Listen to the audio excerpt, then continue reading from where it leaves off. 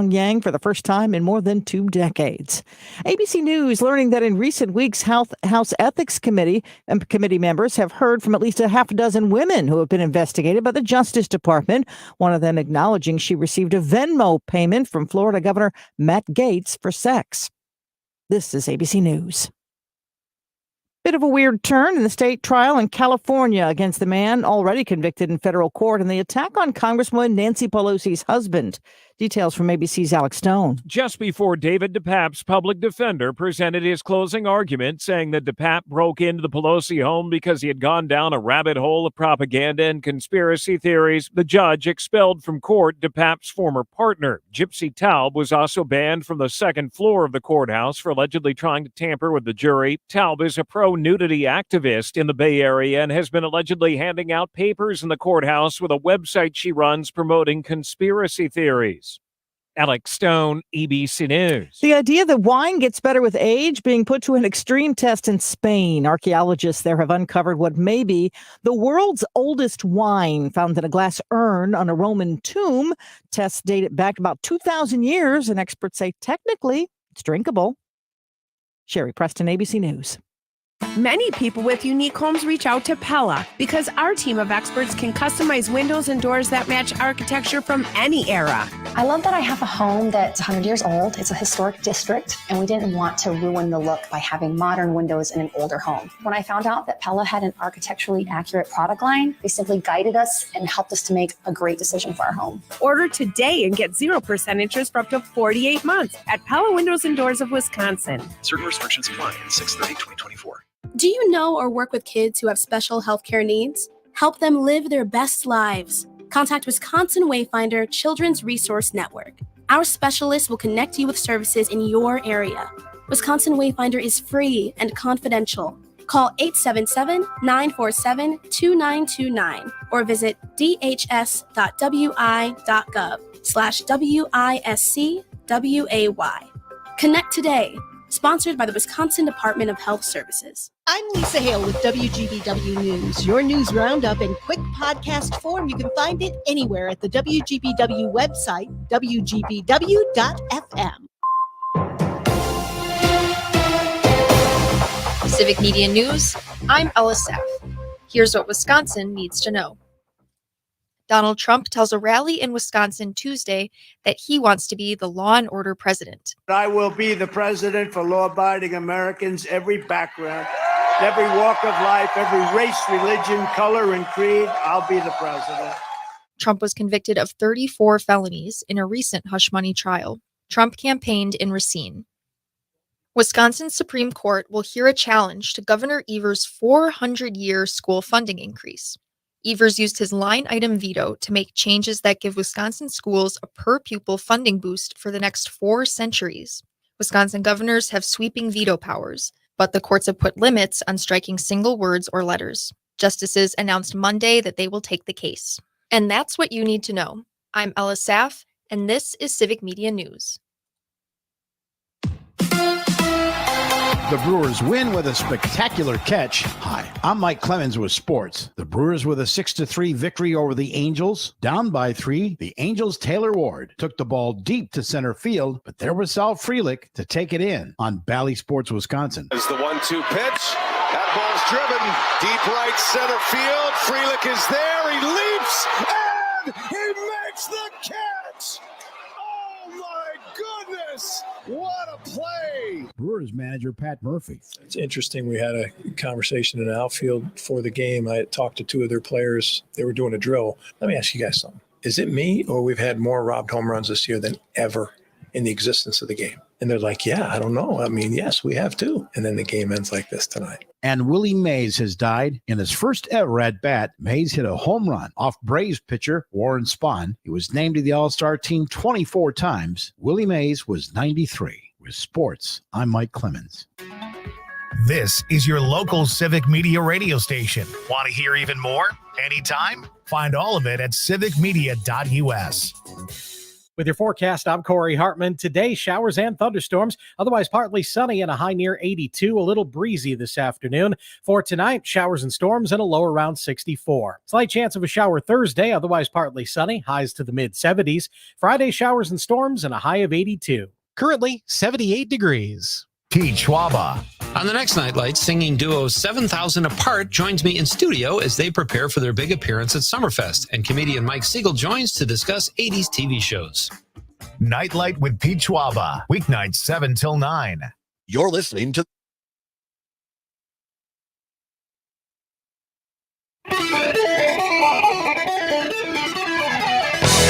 Coming to Northeast Wisconsin, live from the Civic Media Studios and featuring TV and radio broadcast veteran John Maino, along with the City of Green Bay's longest-serving mayor, Jim Schmidt. This is Maino and the Mayor. Begin the day with a friendly voice, a companion unobtrusive. And here are your hosts, John Maino and Jim Schmidt. Good morning.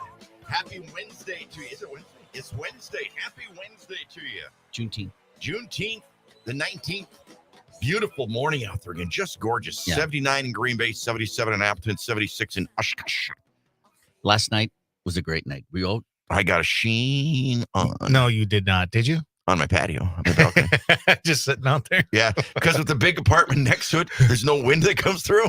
So it's hot. Oh. It is hot. And actually felt good to just sit there and kind of sweat. We sat on the porch because across the street at St. James Park, the Cougars played. No kidding. Yeah. Boy, I'll tell you what, they've been around for a long time. And they keep it rocking. They do. They keep it rocking. They do. It's like the glam band. They just no breaks. Yeah. No talking. Thing. This is where we were last week, and then they tell these stories, and that's like, I didn't come to hear your stories. I want to hear music.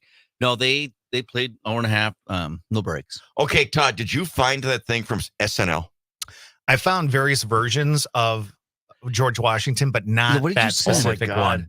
Okay, so remember the discussion we had last week? We came off sounding like idiots because we didn't know how many quarts were in a gallon or how many pints were in a gallon. Oh, the metrics. Yes. Okay. So it's a takeoff. It's SNL. And I don't know when I don't know if it was old or really recent this past week or when it was, but they're all sitting at like Valley Forge. And it's like, Captain or General, the Brits have 5,000 troops waiting. It doesn't matter. We're going to win. We're going to be victorious. We're going to rule our own land. We're going to have our own system of weights and measurements. It's like, wait a minute, General, not the metric system. No, not the metric system. We're doing away with that. It's obsolete. What are we going to do? We're coming up with our own. For instance, a mile will be 5,602 feet. Why, General? We don't know. It's like the whole thing was that. It's like we will not be using metric system except for gasoline, track meets, and alcohol. How many liters in a gallon of whiskey? No one knows. That it was exactly like the conversation we had. It's true, man. And it made sense. It made sense that it doesn't make sense. Right. It's because then the guy goes something about 2,000 pounds. Shall be known as a ton. Yeah. Wow. What about 1,000, General? Nothing. Do they still teach metric system? I don't know. I don't believe so. We had it. I mean, they had that pounded into our heads. Right. So right in the that's fifth grade, where it's like, this is it. It would be like the country's going to speaking a different language, and you've got to learn it now. It was. School, and they really beat it into our head. And the trick to that is not to say a meter is, so many inches longer than a yard. You can't do that comparison. Like you got to forget that part. That. Yeah. Full immersion. You got it, Todd? I did find it. Oh, my gosh. Okay. Can we play that? Yeah, I'm not going to play the whole thing, but just that little just part. Get an idea of it. Okay. Yeah. All right. Yeah. We fight for a country of our own, a new nation, where we choose our own laws. Here, said sir. Choose our own leaders. Yes, sir. And choose our own systems of weights and measures.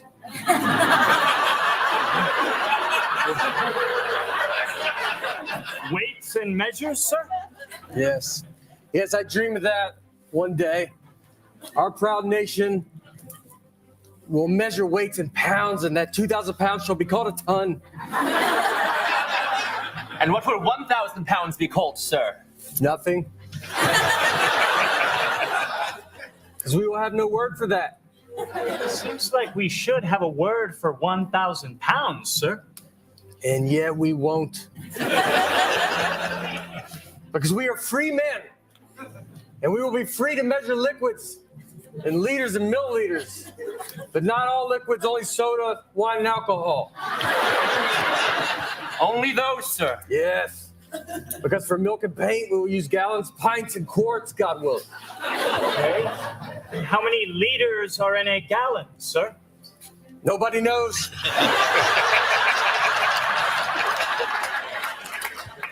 And, sir, in this new country, what plans are there for men of color such as I? Yeah, we'll roll out with that, but yeah.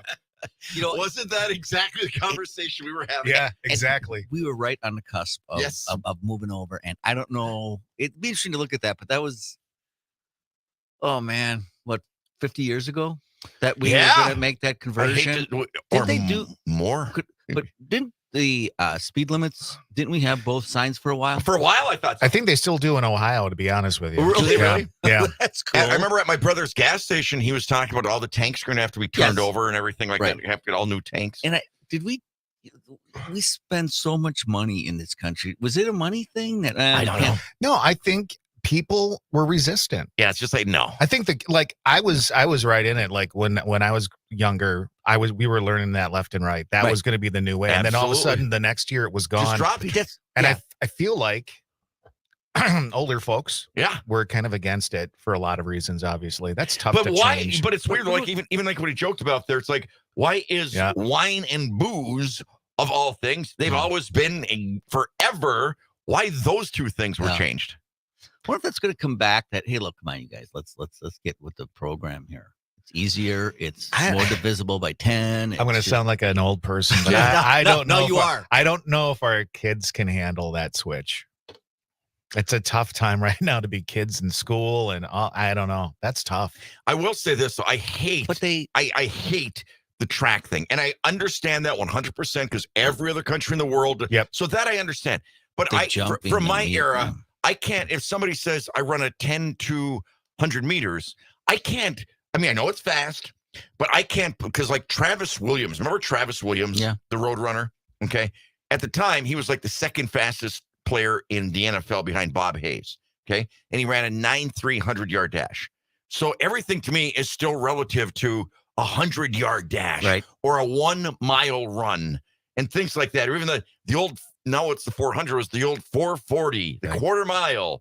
You know, those were just real easy to, I cannot in my mind translate those. It's actually easier to go metric. But but what I'm saying is, since track and field when I grew up was all one way, I can't compute. I can't say, well, a 10 to 100 meters would be a 9 to 100-yard dash type thing. Yeah. And it's also kind of weird, like in the UK, obviously they're metric, but they use miles when they're talking about miles per hour and stuff like that, and miles to here. And okay. I don't know about the kids learning it. I think they learn pretty easy. A lot of kids learn 2 languages now. I wish that would come back. I wonder if that was a presidential thing or why but all of a sudden it was over. Just like literally gone. It's like, we have, it's like Kramer when, early on, he was going to build his living room, his apartment, all different levels, no furniture, all levels. And he had a $100 bet with Jerry on that. And 3 days later, Jerry goes, so how's the construction going? Oh, I'm not doing it. Oh, you owe me $100. No, I'm just not doing it. What? We had a bet. Well, Jerry, it's not the same if I just decide not to do it. It's not that I didn't build it. I just don't want to. And that's the way it was for the metric. It's just no, we don't have a real reason. We're just not going to do it. I think you're right, though, Jim. Time and money, right? The expense of switching over. Oh, but come on. I know. Oh, my God. Well, how much, let me ask you something. How much pushback did you get? Or, of course, you wouldn't actually. Was it in Green Bay? Or the, Holmgren way, is that Green Bay or Ashwaubenon? Or McCarthy way? Or Favre's thing? Are those all Ashwaubenon? Well, Favre's is Green. Holmgren is, it goes, the part of Green Bay is not Holmgren, but so south is Holmgren. Where's Holmgren? Whatever. Lombardi is the but what I'm saying is, was there pushback on businesses when they would do that? Okay, absolutely, and that's a little bit different. That's just the name of a street. I'm talking about the ease of calculation and the ease of life with the metric system. But I wonder if someone's going to say, hey, look, I think we should bring that back. And how difficult would it be for you, though? Like just weather, right? So 30 degrees is hot. Trying to compute it in your head, right? Centigrade. Someone didn't know what freezing was. No, that was you, John. Remember what's 0 Celsius? No, I don't want it. Yes, I think that can be learned. And I think we would have a 2025 would be the year of transition. In the year 2525? Yep. And remember that song? Yes. 1969. And that in the year 2525. That would be the year of transition. And 2525. And then like 2030, we're completely into No, it. 2026. Wow, 2026, that's January fast. 1st, 2020. No, that's not that hard. This is so I don't I gotta don't say quiz this, me, but our projections of the future were 1984. Really bad. Not that I was watching. You'll never guess what movie was on the other night. I had to watch they got like a channel on Hulu or Roku or something where it's like all previews. Okay, and there's the previews to a movie I saw in 1976, Rollerball, with James Caan. Yeah, and it said the year is 2018. Global whatever has taken over. There are no sports except for death-defying sports. Rollerball. And they're wearing football helmets from the 60s, basically. Right. And it's 2018. It's like, well. Been there. So today is Juneteenth Day. Yes. It is Thank a Teacher Day. Very nice. That's cool. Garfield Day. Paula Abdul's birthday, 62.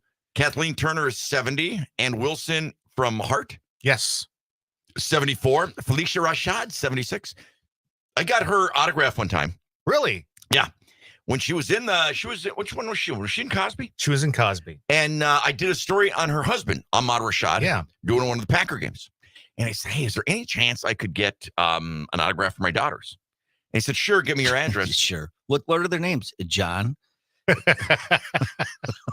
I go on? Yeah, go ahead. I'm sorry. So I wrote it down on my notebook thing and came back about 2 weeks later from the mail. And what she did is she cut out what I wrote for my address and taped it to the envelope. Oh. Yeah. So she didn't get it wrong. I thought that was kind of cool. That's cool. It's got it leaked for shot. That's cool. Yeah. So there you go. 76. Yeah. Willie Mays died. Yeah. Willie Mays. Boy, he was what people don't realize with some of those guys back in those eras, almost every guy that was healthy served 2 years in the Army. Yeah. I mean, Willie Mays missed 2 full seasons in the Army, came back after not playing for 2 years, and was most valuable player of the league. Yeah. He ended up with 661 home runs when he retired. Babe Ruth's record was 713. So he missed years when he was like 24 and 25 years old. I think he might be the greatest player of all time. Yeah. I'm not, other than Babe Ruth, he might be the greatest player of all time. We got a lot to talk about, including, what's coming out today? Somebody that is going to, in your face, Jim. In John your Maino? face. No. What's coming on? My old CrossFit teacher. He's putting you through a workout. We got a lot going on. Stay with us. You took today in The Talk of Green Bay, WGBW. Do you have a loved one in a nursing home? California mega millionaire Eric Hovde has some bad news for you. He doesn't think they have long to live. It's true. In a recent interview, Hovde said, if you're in a nursing home, you only have a 5-6 month life expectancy. Almost nobody in a nursing home is at a point to vote. That's shocking. But it gets worse. One of Hovde's companies is named a co-defendant in a wrongful death suit from an incident at a California senior living facility. He even referred to himself as an expert in the nursing home business. Yikes. That doesn't sound like the kind of expert we need. Call Eric Hovde at his California office, 714-730-4444. Tell him that Wisconsin seniors deserve to vote and get the care they deserve. Paid for by A Better Wisconsin Together, Incorporated. You're listening to the Talk of Green Bay, WGBW. God is gonna shake his mighty head. He'll either say I'm pleased where man has been, or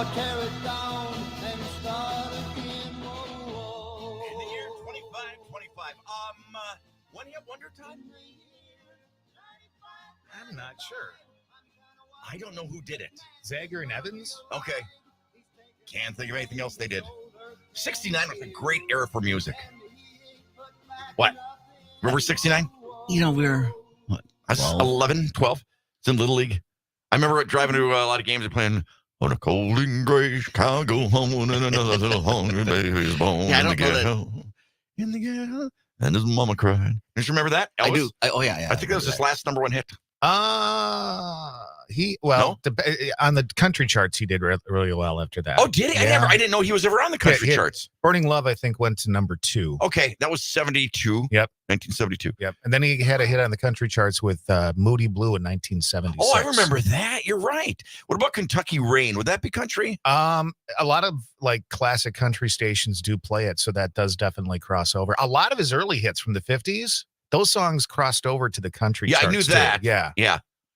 She said, yes, she's been here, but his memory here wasn't clear. Was it yesterday? So you've got... That's a great song. It the day before? So, Priscilla Rashad, you have her... Did you collect autographs? Do I? No, I get it for my kids. Sure. Do you have... Okay, I don't. I have one, but I do have Elvis Presley's drummer's autograph.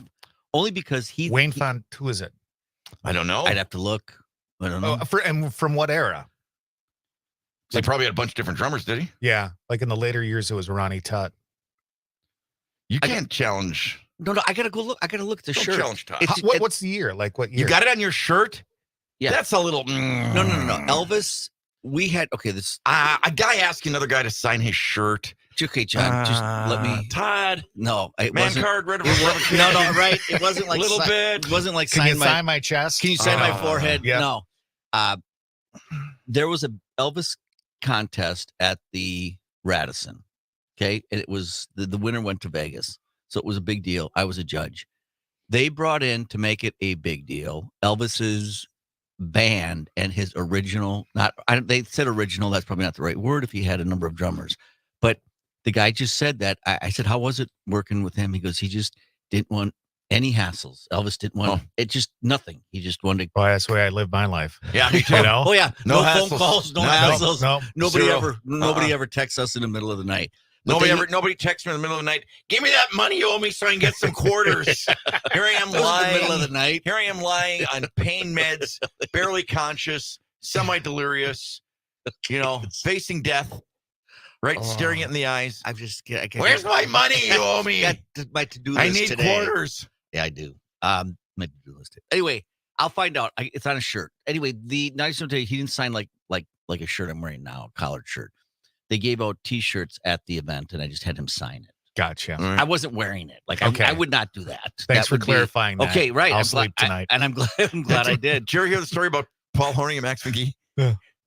Max was at some big event, but it's kind of a little rougher, and there were a bunch of like biker chicks there. Okay, and one of them had like the real low cut halter, just basically her breasts were basically sticking. Okay, said, man, she just Max McGee, sign my breast. He's like, oh, I don't think that's a good idea. No, sign my breast. Oh, he said, what do you want to do? I want to make my old man jealous. So he's like, you better do it. So gets the thing. He signs it. What's your name? She says, Marlene. To Marlene with love, Paul Horning. That's true story? True story. Wow, that's a good one. Yep. That is so funny. coming up today, we got Grant Solitsky. Grant is a Army recruiter, also huge. He was one of the first people, I believe, around this area to get CrossFit going, which has just exploded, become such a big worldwide thing. It's unbelievable. We'll talk a little bit about that. That is for the elite. You know something, though? I did that, I want to say 2 months. And it was basically an introduction to it. So they'd show you other things, but it wasn't hardcore, okay? And I remember thinking, I'd probably be losing more weight or whatever if I was just jogging. I lost 11 pounds in that time. I remember telling him that the last day. At CrossFit? Yeah, I said, I don't know how this happened. But it's funny in that way that you go out and you run for 2 hours and you sweat like crazy. And you think, holy man, did I lose weight today? And you don't, you know what I mean? And it's minor. Then you do something like Put it CrossFit back on. and you don't feel like but you're doing something to your muscles that just burns it up a lot more. So why'd you quit? 11 pounds, 2 months? That's not bad. I think because of my hip, to be honest with you. Yeah. What? Okay. What? I was wondering what the excuse was. Oh my God. You asked But for a you medical reason. Okay. And I give you a medical It's reason. this guy. I think my doctor told me to stop doing it because of my hip. I don't know. I think that's what it was. CrossFit has some pretty good equipment, so I think they could have worked around. Well, it doesn't have much equipment. That's the key to CrossFit. Don't they have the bars though and all tires that? and stuff like that? Exactly. Right? Yes. Yeah. It's all like everyday weird and stuff. You take a big medicine ball type thing and throw it as high as you can against a wall. There's a medicine ball. Oh, I hate those things. So it's a lot of just basic things. The one barbell, but it's just that one barbell. That one weight. But it's so precise. You got to be so precise with every movement you make. That's the key to it. So at Western, they have a lot of expensive equipment, but they have the stuff you're talking about too. Yeah. And there's days where we don't even touch the equipment. It's all what you're talking exactly. about. And well, burpees are huge too. Right. And that lunges. Yeah. Is with the. Are you still doing lunges? I use the pole. I do. I use the pole. Walking poles, Well, not two. Two? Just one. You have one guy on each side. You hold. Let's do a lunge now, Mr. Schmidt. Put your knee down. Here we go. We're good to a lunge. Whoops. Hold on. Don't get carried away. Whoa. You got him. Yeah, I got him. Yeah. Oh, God, that's my future. Yeah. Ugh, I think it's your presence. Oh, thanks. I'll be honest. Well, let's give it 25-25. Give me another. Okay. At least give me another year. Okay. The other thing that they have just the bar to lift weights, right? The weights, that can be heavy, but you know what's tricky about that is balancing. Absolutely. I don't know how we lose or don't maintain our balance when we get older. Because I'm telling you, I think that's tougher standing on one foot for, 30 seconds. I just think that's not easy anymore. Well, imagine me. You always make fun of me when I get with one leg shorter than the other. Well, yes. Think about that. Cheating. Yeah. Like I said, I'm like a one-legged duck swimming in a circle. Go for a walk. I just go in a circle. So I got a lot of issues. Yeah, I do. I still can't believe that the guy let you quit. I don't know why. I will find out. I don't really remember exactly how or why, but I think there are a lot of people in CrossFit with a artificial hip. I don't think so. We'll ask Grant. How many people out there do CrossFit? Well, that's going to be Text pretty us small. if you got. It's a very, very, very select group. That's elite. That's no question. Yeah. I mean, you got to. Like I said, if you want to feel real terrible about yourself, stay in Madison at a hotel the weekend of the National CrossFit Games and go down for breakfast. And as you're eating your pancakes and sausage, they're eating their yogurt and a piece of fruit and whatever. And hardtail and they're all wearing biker shorts. Yeah. And you're on your way to the someplace else, bowling alley, local bar, the dart tournament. Exactly. Go and watch the pool tournament. Of course, that's another thing I'm so jealous of you. And by the way, I was driving past some Shetland ponies the other day. Yeah, coming back from Madison. Okay, where did you ride them? Our house. Just around the house. We had a little yard. Oh goodness. Those poor things. That's a great horse. I bet the thing, man, I wish you could just run away from this. We got to send her a break. You don't have to shout only about. You're listening to the Talk of Green Bay, WGBW. Local radio for you and your community. It's Civic Media's mission with stations across Wisconsin. Find your favorites at civicmedia.us. Our Wisconsin state senators and representatives may not be in session in Madison, but they're still hearing from constituents all across the state. I'm Pam Yankee with a quick update on what's happening in food and farming news on a Wednesday.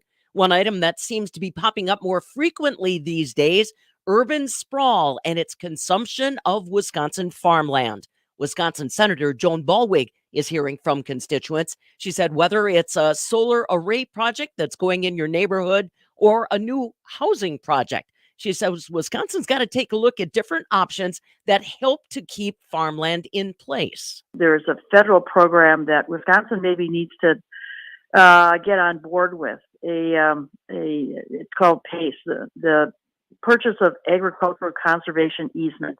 So it's not purchasing the land, it's providing an easement to that landowner so that they can keep farming and keep that land as good productive farmland. That's Wisconsin Senator Joan Ballweg from Markesan, chair of the Senate Agriculture Committee. She said one piece of business that got finished last term was basically creating a bill that allows Wisconsin's Towns Association and our county association to work a little bit more cooperatively when it comes to thinking long term on how rural land in their communities is being used. Not towns versus counties, but towns with counties.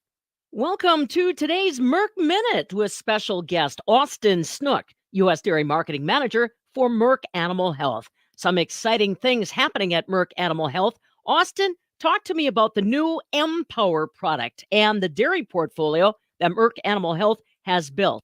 It's different from other industry portfolios, isn't it? Yeah, that's a great question. So really having all these solutions under one entity looking at biopharma, monitoring, and identification allows us to offer a fully integrated experience for customers so that each of our products amplifies the other to help them all work together and work better than ever before. And so really that translates to more efficiency and better performance for dairy producers. Excellent. Thanks, Austin. Austin Snook, U.S. Dairy Marketing Manager for Merck Animal Health, along with us. That's today's Merck Minute. Learn more at empowerdairy.com.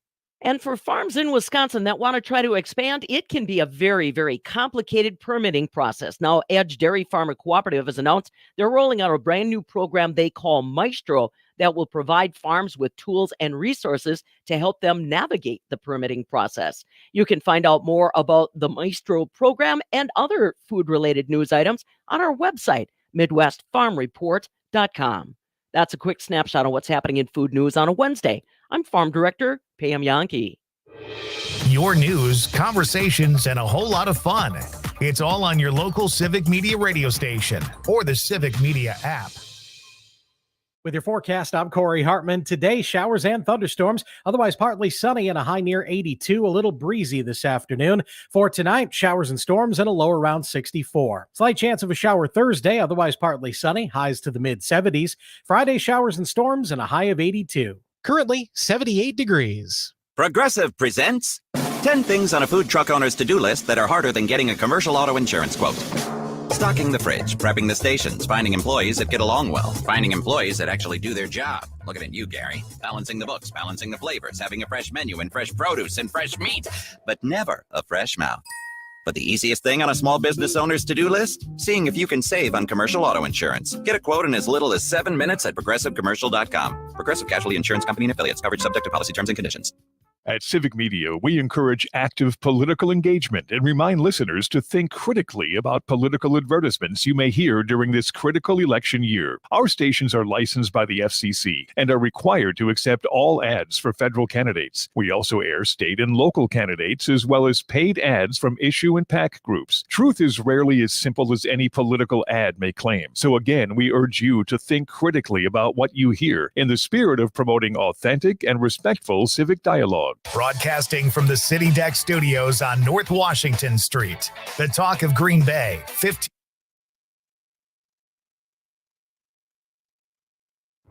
Miss part of the show or want to share it with a friend? Check out the Maino and the Mayor podcast at civicmedia.us and on Spotify and Apple Podcasts. Take Maino and the Mayor with you everywhere. Now, once again, Maino and the Mayor, John Maino and Jim Schmidt. Hey, thank you very much. Welcome back. Maino and the Mayor here on a beautiful Wednesday. How hot is it supposed to get? It's 79 already. Not today. In Green Bay. What, 81, 2, 3? It's not that hot today. Really? I mean, it's 79 already. You think it's, no? Todd, do you know? Not sure. Okay. Ben and Deanna Melkor are out of town, so we've got Rochelle Jordan, Dominion Title and Exchange coming in. We've got Jesse Funk, Appleton International Airport. This is going to be an interesting story. Talk about they are really going overboard. Or not overboard. They're really, doing a great thing and trying to get more direct flights, which is the greatest thing in the world when it comes to traveling. Oh my God. Yeah. We have, the United States has more airports than any other country by far. We have so many airports, and Green Bay, Appleton, Milwaukee. I mean, that's not that far away. I mean, Oshkosh used to. What Appleton has done is they're kind of pulling ahead. Yeah. They really are. And there's a couple ways to do that. One is direct flights. Price is kind of important. But when you're there, I would pay more for a direct flight than I would for, I got to stop in Detroit for 2 hours, then go to wherever. Yeah. Although I'm in the Delta Club, which takes the edge off. It's Todd. It's the rarefied air of the Delta Club. Oh no, you cannot come in here. My good man, did you have a Shetland pony when you were young? Why, of course, didn't everyone? Everyone I know. Wait, I was to tell you except the peasants working in the mines. Let them eat cake. Yes. Say, chum, would you like a game of pool? Oh, I learned in so. my game room growing up. Are you going to the motocross races? Everyone. Bringing back memories. The food is great. Yes. And there it is. It's free, right? And I don't know. I wouldn't know, Jim. And the drinks are free. Well, no. And the drinks are free. Well, no. The only time I told you I've ever come close to something like that was the time I went to travel with me. I can bring in 3 guests. Okay, yeah, that's what I feel like doing. Went to New York. I'm gonna leave you outside. Just out of the blue, I went for the Sopranos thing. And, you told me that. And just got off the subway at like 42nd Street and something. I want to say Macy's was right across the street. That's cool. That's a and great it's just stop. like, oh my God. And there's a Holiday Inn in downtown on Broadway or on 42nd Street. Check in. And the lady goes, you know what? We just had a cancellation. It's getting late for the thing. She says, would you same price like the penthouse suite? Like, yeah. Okay. So it's a penthouse suite at a regular rate. Okay. Wow. Because this was late on a Saturday afternoon. And so then I see these people with these tables, or you're rolling the platters of food and everything to this room. And I go, was a party up here tonight? She goes, oh no, this is just the courtesy food for this floor. I said, who gets it? She goes, well, anybody staying on this floor. I go, anybody? She goes, yeah. Okay. So then even me? Yeah. So then they also had courtesy bathrobes. Oh yeah. And it's like, so I got pretty much naked and I put on a bathrobe to get your suitcase and closed. I'm walking all over that place. I bet I went back. Oh, you didn't go into you went into the concierge room with your bathrobe on 12 or 14 times. Okay. Oh God. Yes, you guys. I love that story. True story. I got somebody that can verify it. Believe me. Oh, look at my bathroom. Yes. It was so comfortable. I didn't want to take it off. Yeah. I just kept going back in these little things that had like ham and fruit and cheese and stuff. In your bathrobe. In my bathrobe. That's called room service. Get that. Don't walk into the I thought that was with your bathrobe on. No, that's that. I thought that was part of the. No. That's the way people dress on the penthouse suite when you're relaxing. That's honestly what remember those things that I'm going to put on my smoking jacket. I considered that like my smoking jacket. You did. Yes. Yes. Anyway, the Delta Club. Yeah, go ahead. Which, they have them all. So is it only for Delta Airlines? No. Oh. Well, it is. Okay, they've changed that a lot. And it's you have to be flying Delta to use the Delta Club unless you're a lifetime member. Okay. And because I take, to go down to Nashville, I take Allegiant because it's direct. And they have a Delta Club there. But, and when I get there, I just, of course, get a car and go see my kids. But sometimes I'll get to the airport early, but I'll go to the Delta Club. But I can get in because I'm a lifetime member. And then I fly Allegiant home. Oh, well. So is it free drinks? Oh, yeah. Oh, my gosh. Because how much is a beer or something at an airport these days in Chicago? Just think about a glass of scotch. Yeah. I mean, what, $13? Oh, I'll bet. Yeah. And the food, though, the food is it's not. It's really, really good food. I've never, everybody always complains. Of course, they don't serve meals on planes anymore. No. Right?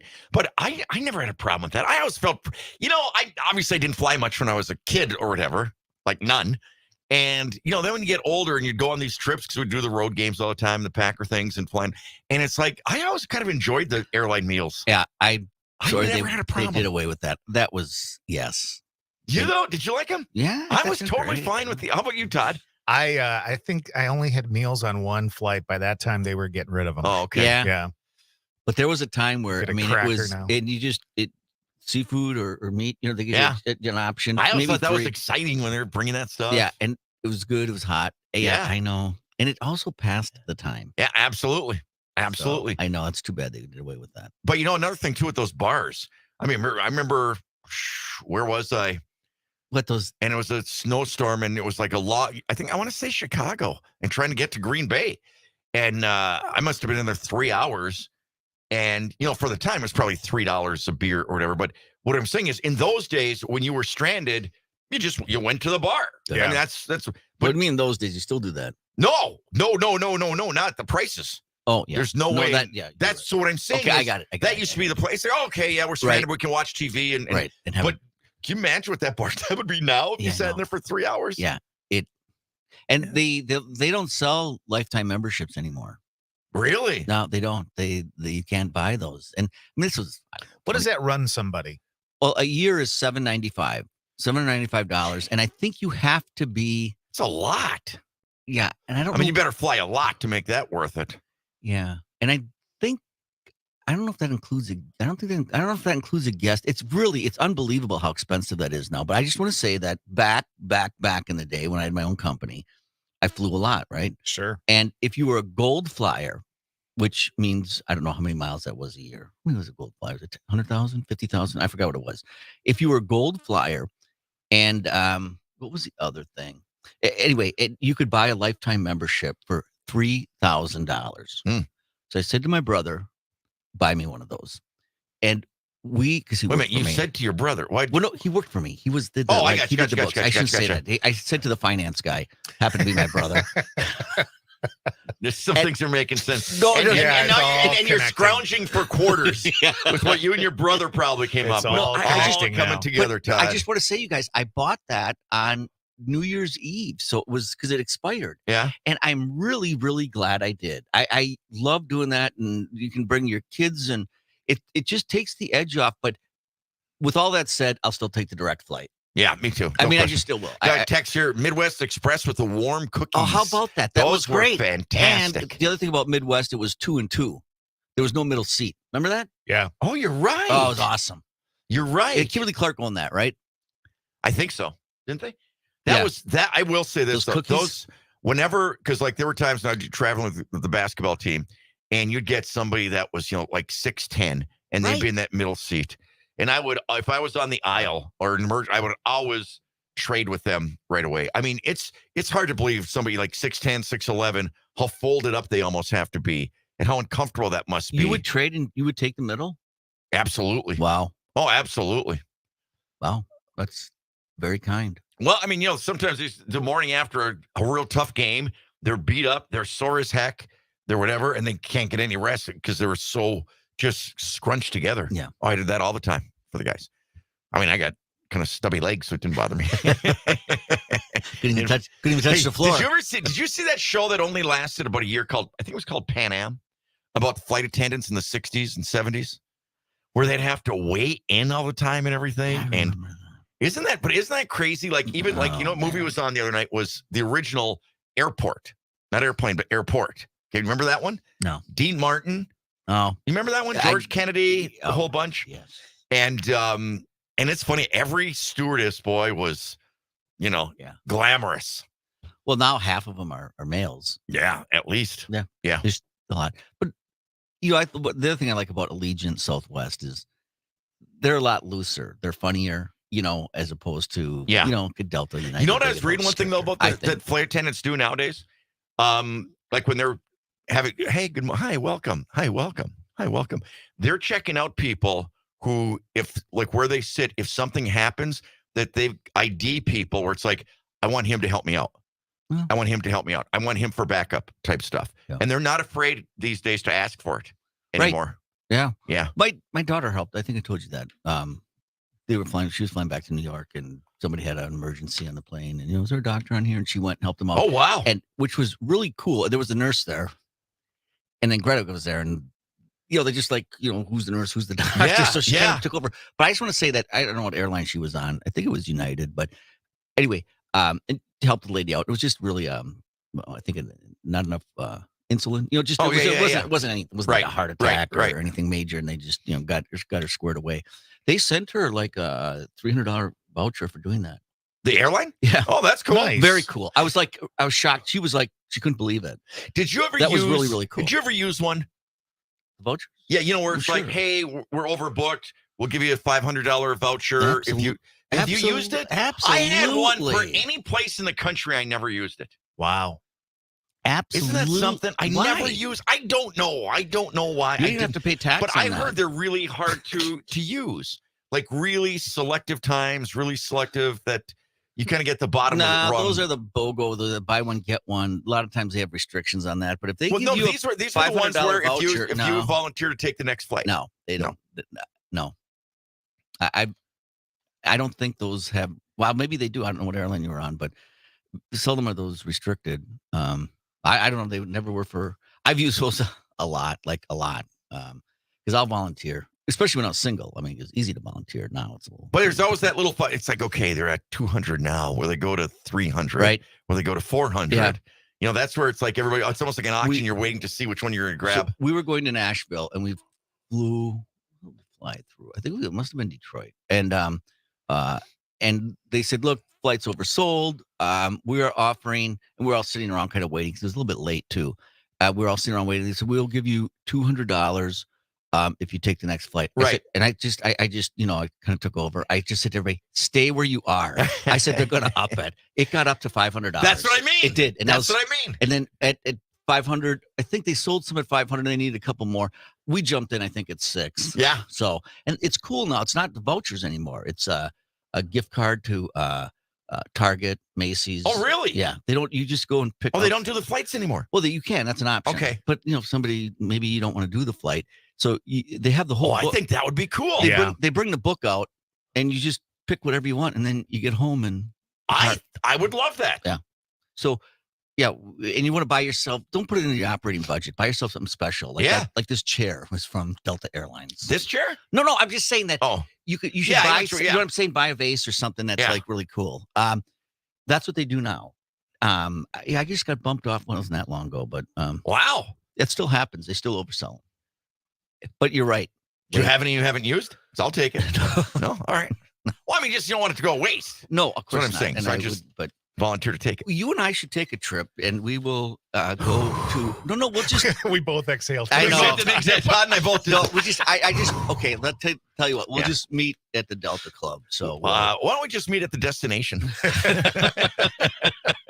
And you're on one side of the island, and he's on the other. All right. Yeah. No, that takes the edge off. But anyway, that's something we can do. But all right. Yeah. Well, I think we're going to New York this summer to see my daughter. So yes. maybe you can go and see your daughter. I'm doing that. Absolutely. Hey, you know what it was? I got to tell you something. I was looking at this site last night. Direct flight, I just want to say, from Appleton to Newark. You know what? It was the top 10 of overrated vacation sites in America. Number 1 was Atlantic City. Overrated. Well, absolutely. Dead, that's a dive. You know it was very high? I was shocked by this. Overrated? Yes. Shocked. San Francisco? No, but you see what happened there? The Secret Service guy even got robbed. Yeah, I did. I saw that. Nashville. We got to set a quick break. Back after this. Bad service. Keeps on slipping into the future. I wanna fly like an eagle to the sea. The Talk of Green Bay, WGBW, home for Nightlight with Pete Schwaba.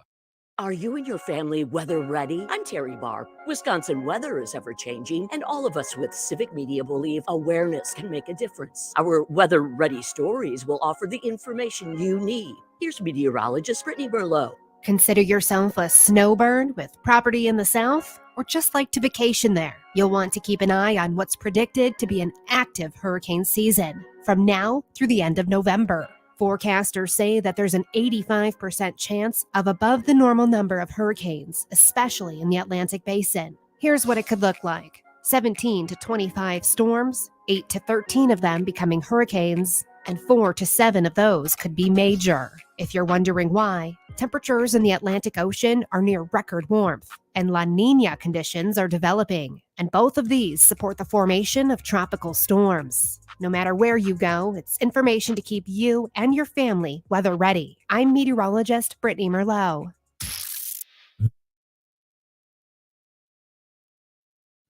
Keeps on slipping, slipping, slipping into the future. Time keeps on slipping, slipping, slipping.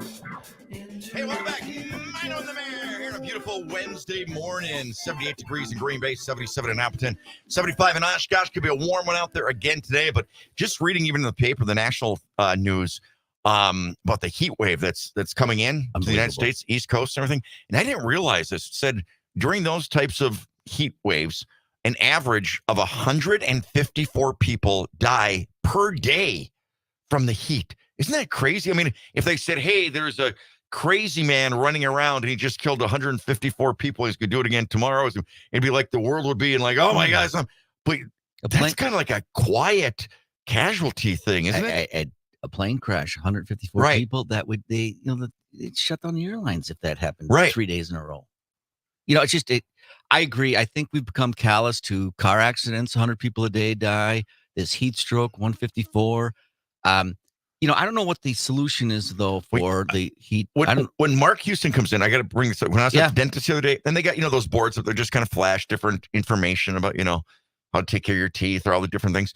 And it said 5 million recreational athletes have tooth injuries every year in the United States. 5 million. Isn't that incredible? And he's not even talking professional. It just said recreational athletes in the United States. 5 million. Wow. So that means you're either losing a tooth or busting a tooth or something. Or there's a market for mouth guards. I don't know. But wow. That's something. Yeah. Just speaking. Well, after going through this thing with my tooth, which I don't even like to talk about, I try to keep it quiet. I don't want people to know. Of course not. I don't want to come out like I'm whining and Texas complaining. last night, Todd, about his tooth. Yes. Whatever. Okay, but what, Johnny? Go ahead. I'm sorry, I was reading. No.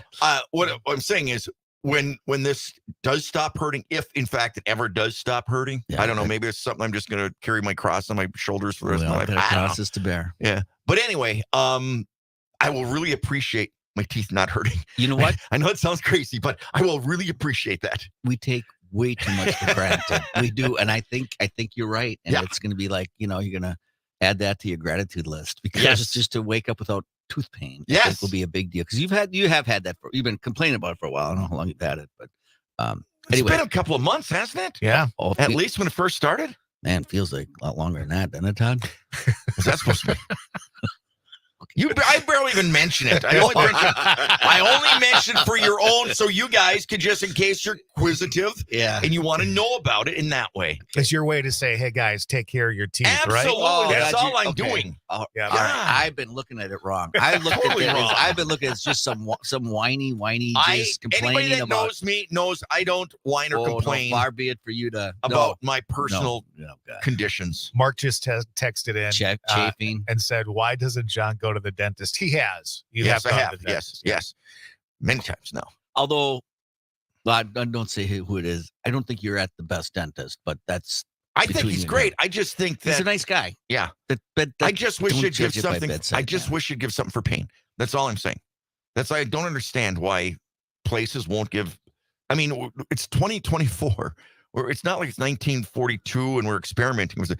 I guarantee at my age, I'm not going to become a junkie. Well, I'm surprised. Chris, my luck, I would. He didn't give you right. But if he gave you, if you got any bikes, if he gave you 15 and said, yes, three that's it. Boom. 3, you wouldn't take them all in one day, would you? Or would you? No. Yeah. No. I don't know. I would not wash them down with like vodka or something. I didn't even bring that up. Okay. And I was okay. All right. Anyway, I hope your tooth gets better. Thank you.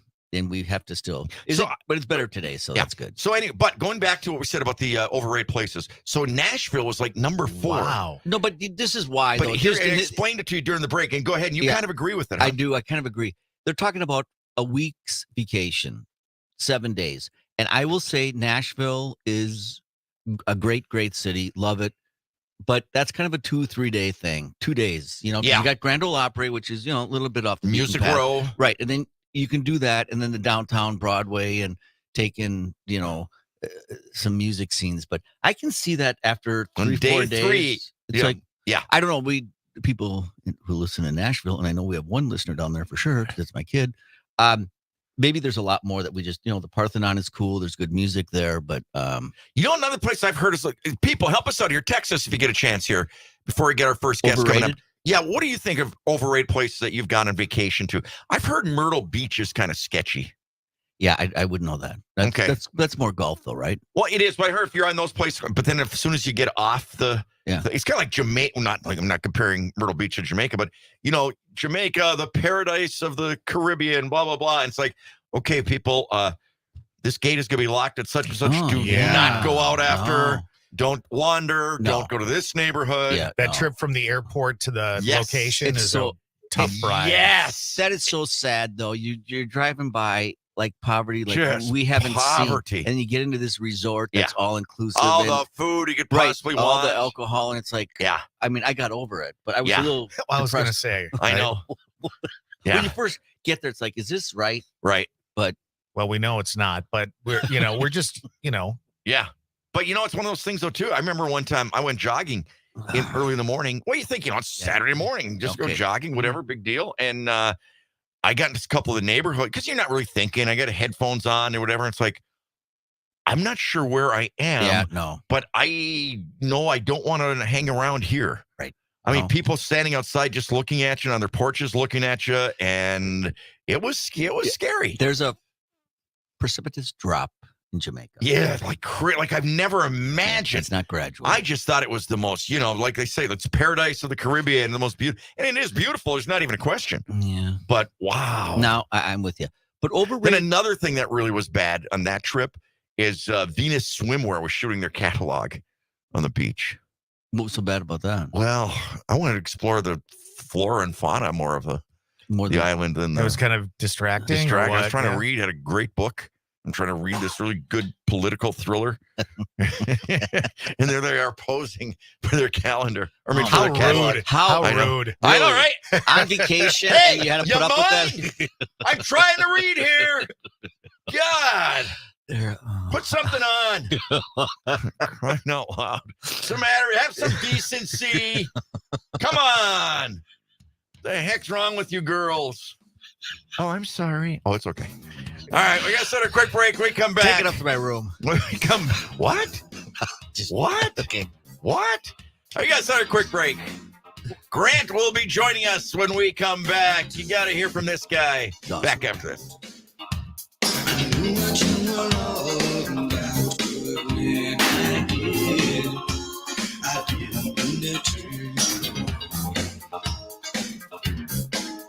Now I bring you home. You told me good night's not enough for you. I'm sorry, baby. I didn't mean to turn. Oh, I didn't mean to turn you on. To the talk of Green Bay, WGBW, home for the Devil's Advocates radio show. Todd Albaugh. Hey, everybody, join us next time as we come to you live from Baraboo, Wisconsin for Juneteenth. Our friend and colleague Earl Ingram joins us. You don't want to miss it. See you then. The Todd Albaugh Show, weekdays noon till 2. Nightlight with Pete Schwaba. What is the worst movie franchise? Do you have one, Conrad? What are your thoughts on Transformers? I saw one Transformer movie. I think it was the first one. I didn't even know what the hell was going on. I can't get into them anymore because, it's the same every movie now. Yeah. Yeah, it'd be nice if you knew which Transformer. I know there's like testosterone and overload and whatever Nightlight with Pete Schwaba. Weeknights 7 till 9 on your local Civic Media radio station and on the Civic Media app. This is your hometown radio, refreshed, keeping you informed, entertained, and connected locally across the Civic Media Network. You're listening to the Talk of Green Bay, WGBW 1590 AM Denmark, W250 CV Green Bay, and always streaming on the Civic Media app. ABC News, I'm Sherry Preston. Russian President Vladimir Putin and North Korean leader Kim Jong-un signing a new partnership that includes a vow of mutual aid if either country is attacked. Cooler weather and the chance of rain could bring some relief to firefighters battling blazes in New Mexico that have killed at least one person so far. Florida Congressman Matt Gaetz under investigation by the House Ethics Committee for alleged sexual misconduct. Here's ABC's Rachel Scott on Capitol Hill. The House Ethics Committee revealing that it is continuing to probe Gaetz over explosive allegations, including that he engaged in sexual misconduct and illicit drug use, accepted improper gifts, and that he sought to obstruct government investigations of his conduct. Sources say one woman testified a Venmo payment from Gaetz was for sex. Others say they were paid to attend parties with him. Gaetz denies the allegations. The Nation saying goodbye to Willie Mays, who once said he thought he had a love affair with the game of baseball. He was 93. This is ABC News. The pastor of a megachurch based in Texas stepping down after admitting he sexually abused a girl for several years, starting when she was just 12.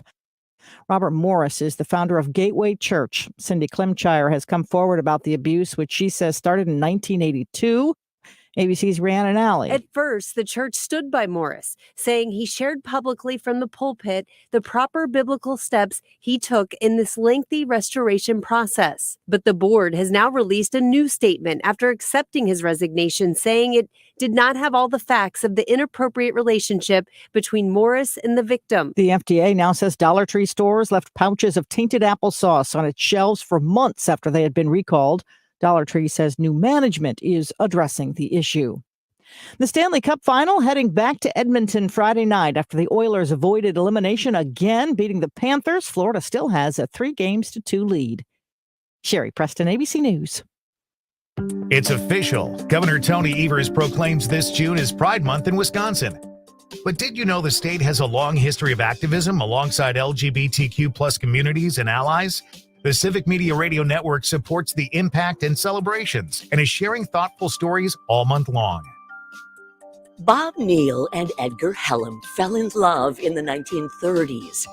But they also fell in love with Mineral Point, Wisconsin, where they worked together to rescue and restore buildings set to be demolished. The gay couple gave Cornish language names to those properties. The best known may be Pendarvis, a piece of history from the mid-1800s when Mineral Point was a lead mining town. Their success during the Great Depression is considered the start of what's turned the area into an art and tourism hub. It's a story of love and preservation, and you can still experience it today thanks to Bob and Edgar. I'm Terry Barr. I'm Lisa Hale with WGBW News. Your news in depth.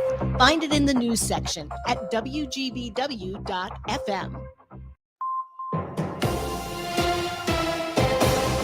Civic Media News, I'm Ella Saff. Here's what Wisconsin needs to know. Donald Trump tells a rally in Wisconsin Tuesday that he wants to be the law and order president. I will be the president for law-abiding Americans, every background, every walk of life, every race, religion, color, and creed. I'll be the president. Trump was convicted of 34 felonies in a recent hush money trial. Trump campaigned in Racine. Wisconsin's Supreme Court will hear a challenge to Governor Evers' 400-year school funding increase. Evers used his line item veto to make changes that give Wisconsin schools a per-pupil funding boost for the next 4 centuries. Wisconsin governors have sweeping veto powers, but the courts have put limits on striking single words or letters. Justices announced Monday that they will take the case. And that's what you need to know. I'm Ella Saff, and this is Civic Media News.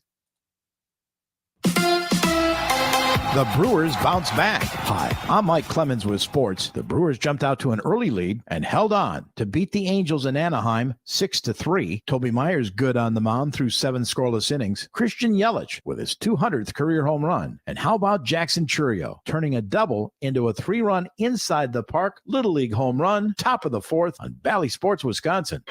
Chourio down the right field line, just over the bag, and into the corner it goes. Frelick will score. Sanchez, he's going to score as that ball gets away from Adele. Chourio thinking about home.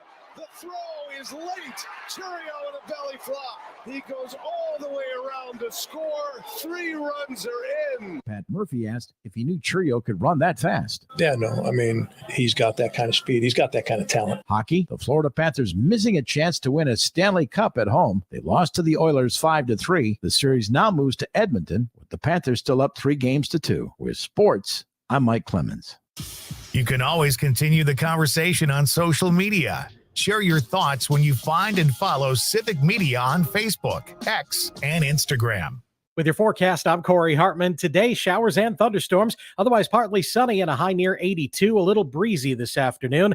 For tonight, showers and storms and a low around 64. Slight chance of a shower Thursday, otherwise partly sunny, highs to the mid-70s. Friday, showers and storms and a high of 82. Currently, 78 degrees. Crude and Dom. Tune in for a special hump day edition of the Devil's Advocates radio show. Crude and I will get over our Shark Week hangover in one day. The Devil's Advocates. Weekday.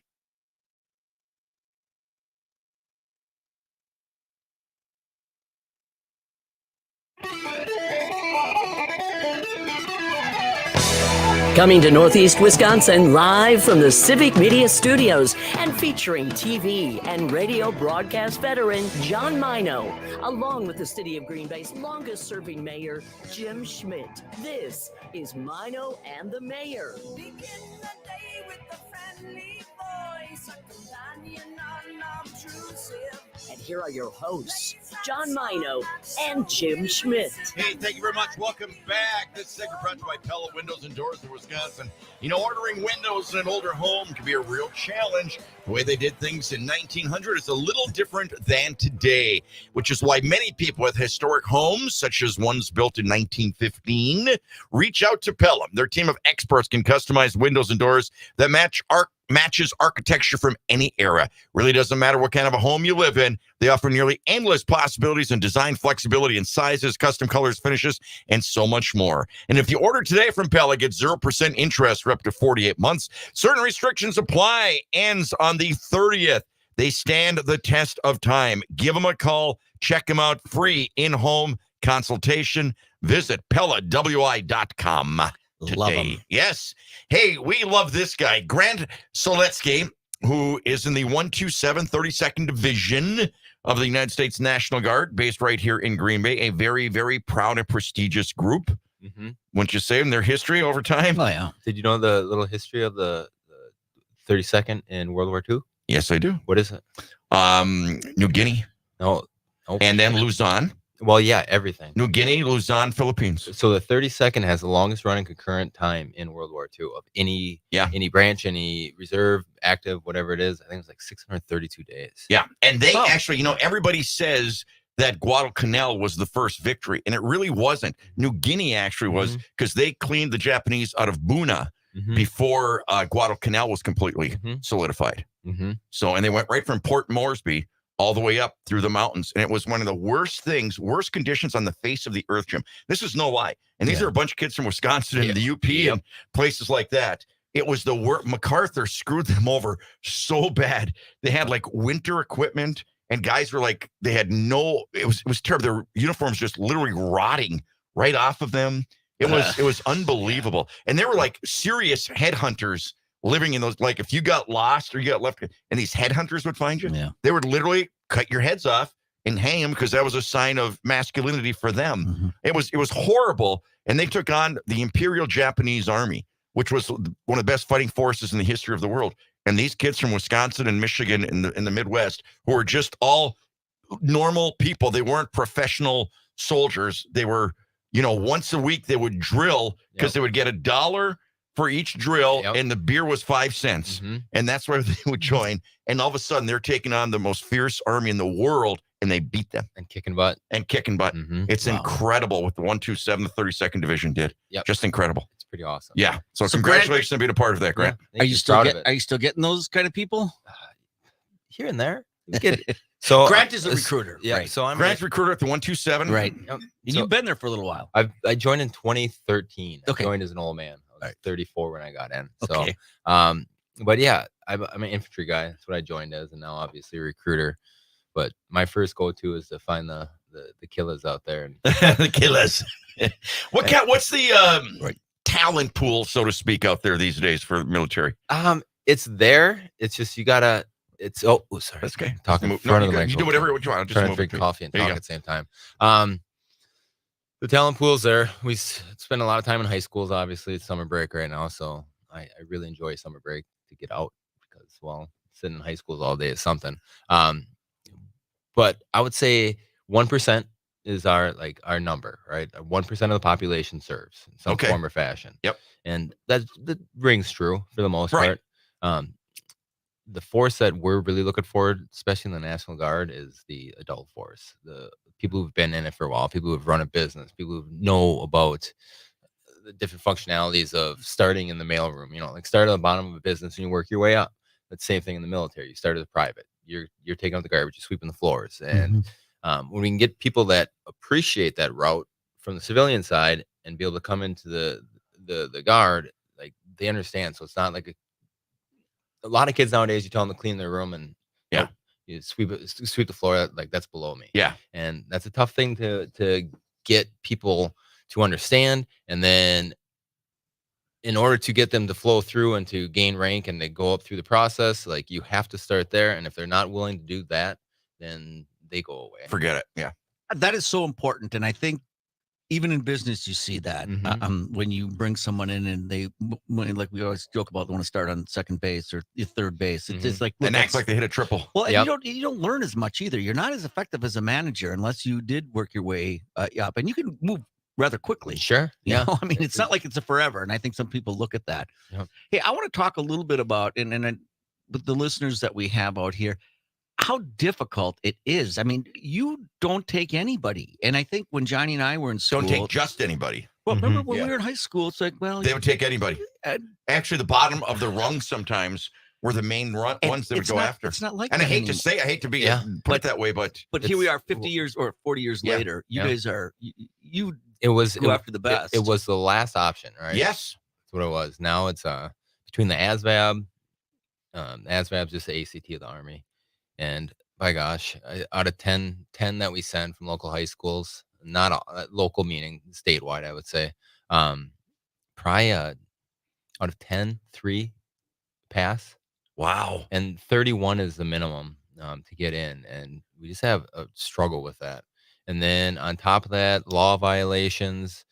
If you have any medical history, you took ADHD medication. Well, through COVID, right? So we had antidepressants, anxiety medication, and ADHD. Those 3 pills, hand them out like candy. Right. And you take them, it's 3 years. You can't get in. No. Wow. I actually had a judge suggest to me one time, this is no lie, when I was in high school. So I got a couple of little tickets. I got in some trouble with whatever. Okay. And he said, you ever think about joining the military to get straightened out? Honest to God. Yeah. Is your dad standing next to you? No. Actually, I went to talk to the judge on my own, so to convince him not to get it in the paper what happened, or whatever, so my dad wouldn't see it. It was just an accident. It wasn't anything major, but it was one of those things where, But another thing with those days versus these days, Grant, is once when I was the last class that had to register for the draft. Okay. So you're a year behind me. You wouldn't have. I was the last group like that had to. Then it was never, and then it started up again a few years later. But what I'm saying is, when they were talking about a volunteer army, I remember everybody saying, "There's no way, nobody's going to join you," because it seemed like such a, like you said, last resort. People were getting drafted and they hated getting drafted, and they'd come back and tell people don't join. It was a really, really tough time in the mid 70s. But I am shocked, or not shocked, but pleasantly shocked, I guess, that when 9/11 happened, boy, our people, men and women, it was almost like a World War II thing, lining up. Yeah. Sign me up, join. Is that still there? Is that patriotic feeling still there? No. Okay. So, and that's what the numbers are compared to, in my opinion. Okay. The numbers are compared to early time, like recruitment numbers, right? As far as force goes, the patriotism's still there. It's just not in mass. Okay. But so I want to know what you think about. There's countries that you serve 2 years. Israel. Do you think that's a good idea? I think every single kid right now should serve 2 years of civic service of some form or fashion. We had a basketball player at UW Green Bay from Norway, and same thing. He loved it. He says it's the greatest thing in the world. Mm-hmm. Well, you just gain so much. One, you go off to basic training by yourself. You have to go and fall down by yourself and get up by yourself and create this whole. How tough is basic training these days compared to the old days? It varies per drill sergeant and per cycle, because everyone. So once a group of drill sergeants come into their cycle, their group, it's their group. Right. So there's a set regimen of what they have to do, the training. But as far as how they treat the people, how they treat them, and how the rewards for screwing up happen, that's all on them. So some people have a really decent, okay time, and some people just get their butts kicked every day. But you get your butt kicked? Oh yeah, they hated me because I was old. But you're in such amazing shape, and you're a CrossFit instructor. No, I was good, but I was dude, they beat me up. Wow, because I was old. So they was like, you think you know everything, old man? I'm like, I didn't say a thing. Like, But Grant, what you're saying is, I want you to talk through the 2 years. What a gift that would be to spend 2 years. But that first time is just more individual. I can do this. Yeah. And I think that's important, because I think self-confidence. Some people lack that, and they're like, well, you know what he said about going off by yourself. You don't have you're scared. to lean on. And I like that. No one wants to make a dive into doing things these days. It's all, I'm going to wait for the perfect moment. I'm going to wait for this. I'm going to wait for this. And the moment comes and goes like the wind. So it's like, for these people that go out and do this, and they go and prove to themselves that they can do this, and they come back from basic training, shoulders up, ready to rock and roll. That's awesome. Whether you're going to go to college or get a job, whatever it is, they have these skills now from, like, in order to be a good leader, you got to be a good follower. Simple as that. Like, you have to be able to follow your leadership, and employees these days have a very tough time following that management, whether it's they're 18 and the kid that's managing is 19. And there's headbutting going on with that. But in the military, they do that in the same age kind of groups, same thing. And they learn how to, like, roger that, just go get the job done. You may not agree or disagree, whatever it is, with the person who's giving you these orders or this direction, but you go do it, get it done, and you grow. I find that really interesting. We had 1,000 employees where I worked, and different ages, right? It would go from, maybe not 18, but I shouldn't say that. It was younger than that. In the summer, we had kids from the pool, and then we got people who are in their 60s. And we had to learn how to talk to the different groups in their language, in terms of, somebody like my age. I get what you're saying. But in the military, they don't do that, huh? It's just like one language? Well, we kind of have to, though. So we've had to change our ways a little bit. Like, we have to modify a little bit to this new, because the new group, the new generation is why. Like, why? And before, it's like, it doesn't matter your why. But the problem is now you don't tell them their why, and they just break down and stop. Wow. And so we need to figure out, we had to, like, and specifically me, because I'm just that guy, like, just go do it. Right.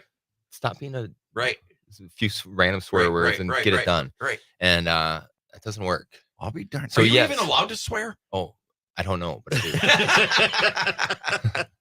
I think the answer is yes. This is skosh, but I will say this. So you mentioned about when the shoulders are out after. The Marine recruiters years ago, 10 years ago, maybe more, had me go to San Diego to shoot a video for them. Okay. That they're going to use for when they go to schools and everything. And it was really cool, because they're right there at the footprints where they come off the bus.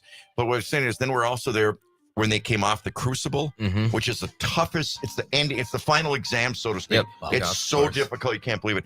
And here's these drill instructors, and they're tough dudes who had just been beating these people for months and months.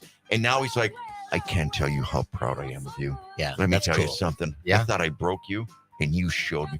You want to talk about this 150-pound kid all of a sudden swelling with chest. That's barreled exactly out, right. It was the greatest moment of their lives, I think. Yep, absolutely. All right, Grant Swolensky is joining us right now. He's from the 32nd Army Recruiter, and we're talking a little CrossFit as well. Back after this. Detroit, Chicago, Chattanooga, Baton Rouge. Got along just to be at my home back in Talk of Green Bay, WGBW, home for the Todd Albaugh Show. Join Lou Rugani for the Music of the Stars every Sunday morning from 7 a.m. until noon. Lou brings back the nostalgia from the golden age of radio with the music, drama, and comedy shows that made radio magic. Music of the Stars is sponsored by Lakeland Care, providing personalized support that aims to improve quality of life and maintain independence for elders and those with disabilities. It's the Music of the Stars, Sunday at 7 on 97.9 FM and 1590 AM WGBW, Talk of Green Bay. This is the story of the one. As head of maintenance at a concert hall, he knows the show must always go on. That's why he works behind the scenes, ensuring every light is working, the HVAC is humming, and his facility shines. With Grainger's supplies and solutions for every challenge he faces, plus 24/7 customer support, his venue never misses a beat. Call quickgrainger.com or just stop by. Grainger, for the ones who get it done. The talk of Green.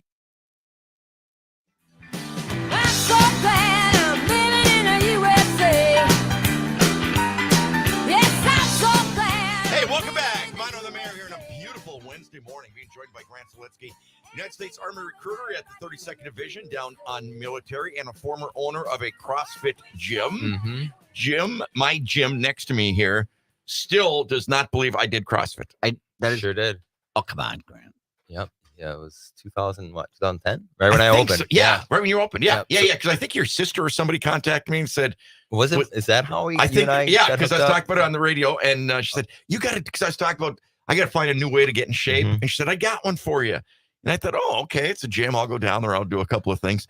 Ooh, so it was. Grant, didn't know CrossFit was a different animal. Yeah. What happened? Well, nothing really. Yeah, you're right. Like he came in. He's honest. Slimmed down for a little while. I lost 11 pounds. Yeah, remember you that? look good. You busted your butt. It was you and my mother-in-law Lois were there a lot. Yes. I don't know if you remember her. Though. Absolutely. Yep. She's still there today. No kidding. Oh, absolutely. Oh, good for her. Well, John, if Lois is still there, well, he sold the gym. Was Johnny there till you sold the gym? No, but see. He comes up with. I got a new hip. I had to get an artificial hip. What was it? I got an artificial. No, Grant, I my gotta hip ask was you hurting this. so bad. So John wants me. Hey, you want to have a little burpee contest? No, I just want to say I want to hear this from Grant because he is the owner of CrossFit and in is unbelievable shape. Can you still be in shape with an artificial hip and work out at CrossFit? Actually, artificial hips are they're pretty quick recovery. Some for a full transplant. For a full thing. thing. Yeah, full thing. And yeah, we have people in the gym Sure. that have artificial Really? hips. Okay, John? Yes, and you can be a phenomenal. But it all starts in the kitchen. All right. There you go. All I right, still say some of those exercises or some of those things, whatever you want to call them, in CrossFit are as grueling as any sporting activity that you can come up with. Would you agree? Yeah, it's far. So the way I look at it, it mimics real life.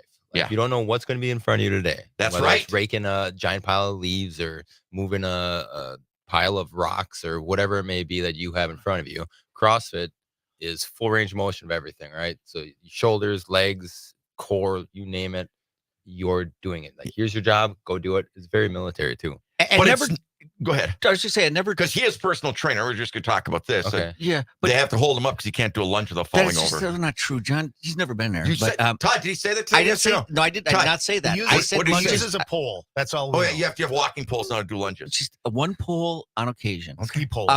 So Tom Fambre was on our show. Oh, Tommy was? Yes. Yep. Remember him? He won the CrossFit, and he was like he was 62. Well, yeah, he's still competing. He is. Yeah, he made it again to the games this year. He's going on 4 years now, and then he made it. Okay, I was just gonna say it's not too late for John to rejoin. It's not too late. Okay, it's not too late for you to join. Yeah, good point. Why don't you guys do it together for a week? I would do it if you do it. Can't, I do it if you do we it. can hardly make it through this show. I do it. Todd says, yeah. Yeah. You know what I could not do though, no matter what? The rings. Like muscle ups? The rings where you have to lift yourself up and do weird things on the rings. Yeah, I would just I don't have that myself straight out gymnastics aspect. Well, of me. I would say 95% of people can't, but Oh, that really? 5%. But it's a goal to attain too. So that's Yeah. another thing with CrossFit. There's always something you think at, and you're like, I want to do that. But the difference, if somebody's just watching CrossFit, The you think, difference is okay, there's not a lot of excuses. But go ahead, John. it's not that bad, blah blah blah. But the thing is, I remember even with the barbells, Mhm. okay, it had to be done perfectly. I remember you screaming at me, no. I mean, one thing about CrossFit, it's got to be just exact, right? Well, so it's repetition of movement. So like cleaning a barbell, snatching a barbell, whatever movement it is with a barbell, deadlifting, squatting, whatever. There's mechanics to it. And it's a repetition of mechanics over and over and over and over again that is going to create. So we can chase perfection, obviously, like we're never going to get there, but that's the goal. So that's what I was such a pain in your butt back in the day. But you were on me. You were on me. Yeah. And John, how long was he there? 10 days? A couple months. Oh, for really? sure. Yeah. Okay, Yeah. that's cool. He would show up every time he was supposed to be there. He was Wednesday there. nights He or never whatever? did not Grant, show. No, I Cross- never missed a. The nice thing about CrossFit, we were talking, that's not the most expensive workout regarding equipment. You know, you go to Western and I don't know, they may have hundreds of thousands of dollars of equipment, but I mean, That's- it's CrossFit something you can do with That's the how I video? started it. So I started in my garage, and I also wanted to start a gym, but I didn't have the money to put out $250,000 for like just your tiny gym with the equipment. But for CrossFit, like I could do it for $30K, and that's Yeah. a handshake loan at the bank. And I knew Brent Jensen back in the day. He used to be associated in Business Bank. I think he's at Community First now. But anyhow, he's like, yeah, good to go. And I bought a few wall balls, bought a few rowers, a few barbells, and then because you were in the first place. Yep. And it was a whole like we took a daycare, tore out the Yep. Exactly. the second Nashwabana. floor. Yep, Yeah. Yep. God rest in peace, Mike Krajewski. And we just started there, and slowly but surely we built up. So every new member, every month that I was a little in the black, it took me like 3 months to get in the black. And then once I got there, I just bought new stuff. I almost swore. And just kept slowly but surely building up. And then when I sold it, we had a 10,000 square foot facility with more, Nice. and I'm a hoarder of equipment. I bought everything. That's cool. And that's how that gym grew to what it is today. What's harder, a really tough CrossFit workout session or a day in boot camp? Yeah. I would say a day in basic training for sure. Okay. There are horrible workouts, but you're never going to go over an hour and a half. Right. Like basic training, like you're up 0-4, and then occasionally you have this all night crap, and yeah, it's a long. Do you guys do the rappelling walls? Yep. So the first week of basic training, you go through like the team building and the confidence building, and yep, rappel wall is one of them. Jim says he was really good at that in ROTC. I was scared to death of it. Were you? I repelled off Lambo. Did you? No way. Yeah, I did. Yeah, I was scared though. I'll admit that. I did not like that. No. Because you have to trust the rope and let go. And I didn't like that. Yeah, and you have to hold rope with your hands and not screw up. But you're not really holding. You're really kind of guiding it not, through. Yeah, you're not really holding the rope. And But guys said let go, and I'm like, dude, I do not want to let go. You fart or sneeze, and you're like, right. That's the fear of and it. that's high. And we repelled at St. Norbert. That was like nothing. But that Lambo was up Like there. where? It was Where on Lambo did you do that? right off the top of the building. It was a fundraiser, so we could get $1,000. Is that with the firefighters or something? No, No? it wasn't the firefighters. I don't think they do that anymore. Oh, okay. But anyway, repelling is, but you don't have a choice in basic training, right? You're going to repel. You're going to repel, and you do it, and Right. and you do. So that's one of those confidence things. You go there and like myself, like dear sweet baby Jesus, no. And I did it and got out there, and by the time I got down, I'm like, oh, that was super fun. I'm like, I'd do that again. And as I walked away and didn't do it again. Yeah. Well, even like at the Marine thing I was at, they've got the thing, I think it's called Stairway to Heaven, where it's almost, I remember in the movie Full Metal Jacket, they've got that. It's almost like old telephone poles, horizontal going up, but they're all different lengths apart from each other and everything like that. Yeah. So a shorter guy would have a tougher or whatever, and no safety net. There's like wood chips on the bottom, and if you fall 80 feet, you fall. Yep. And I told people, I said, I don't think I could ever do that. I said, if you were in, you would do it. I said, well, he said, you'll be so afraid of that drill instructor on what's going to happen to you if you don't, on how he's going to make your life so miserable that you will do it. Yeah, and the fear of failure. The fear of failure amongst the other guys. Which is huge. Yeah. Huge motivator for myself. Peer pressure. Yeah. And you just want to say how much you learn from that. I mean, just talk. That's a life skill. Yeah. That that confidence, shoulders back, and that's it's I can attitude. Right. Yep. Well, Grant, first of all, I'm just really proud of you. I mean, Oh, for man. 34 to join the military, the way you did it was just phenomenal. What you're doing now. Thanks so much. In the last few seconds. And first of all, thanks for the gifts.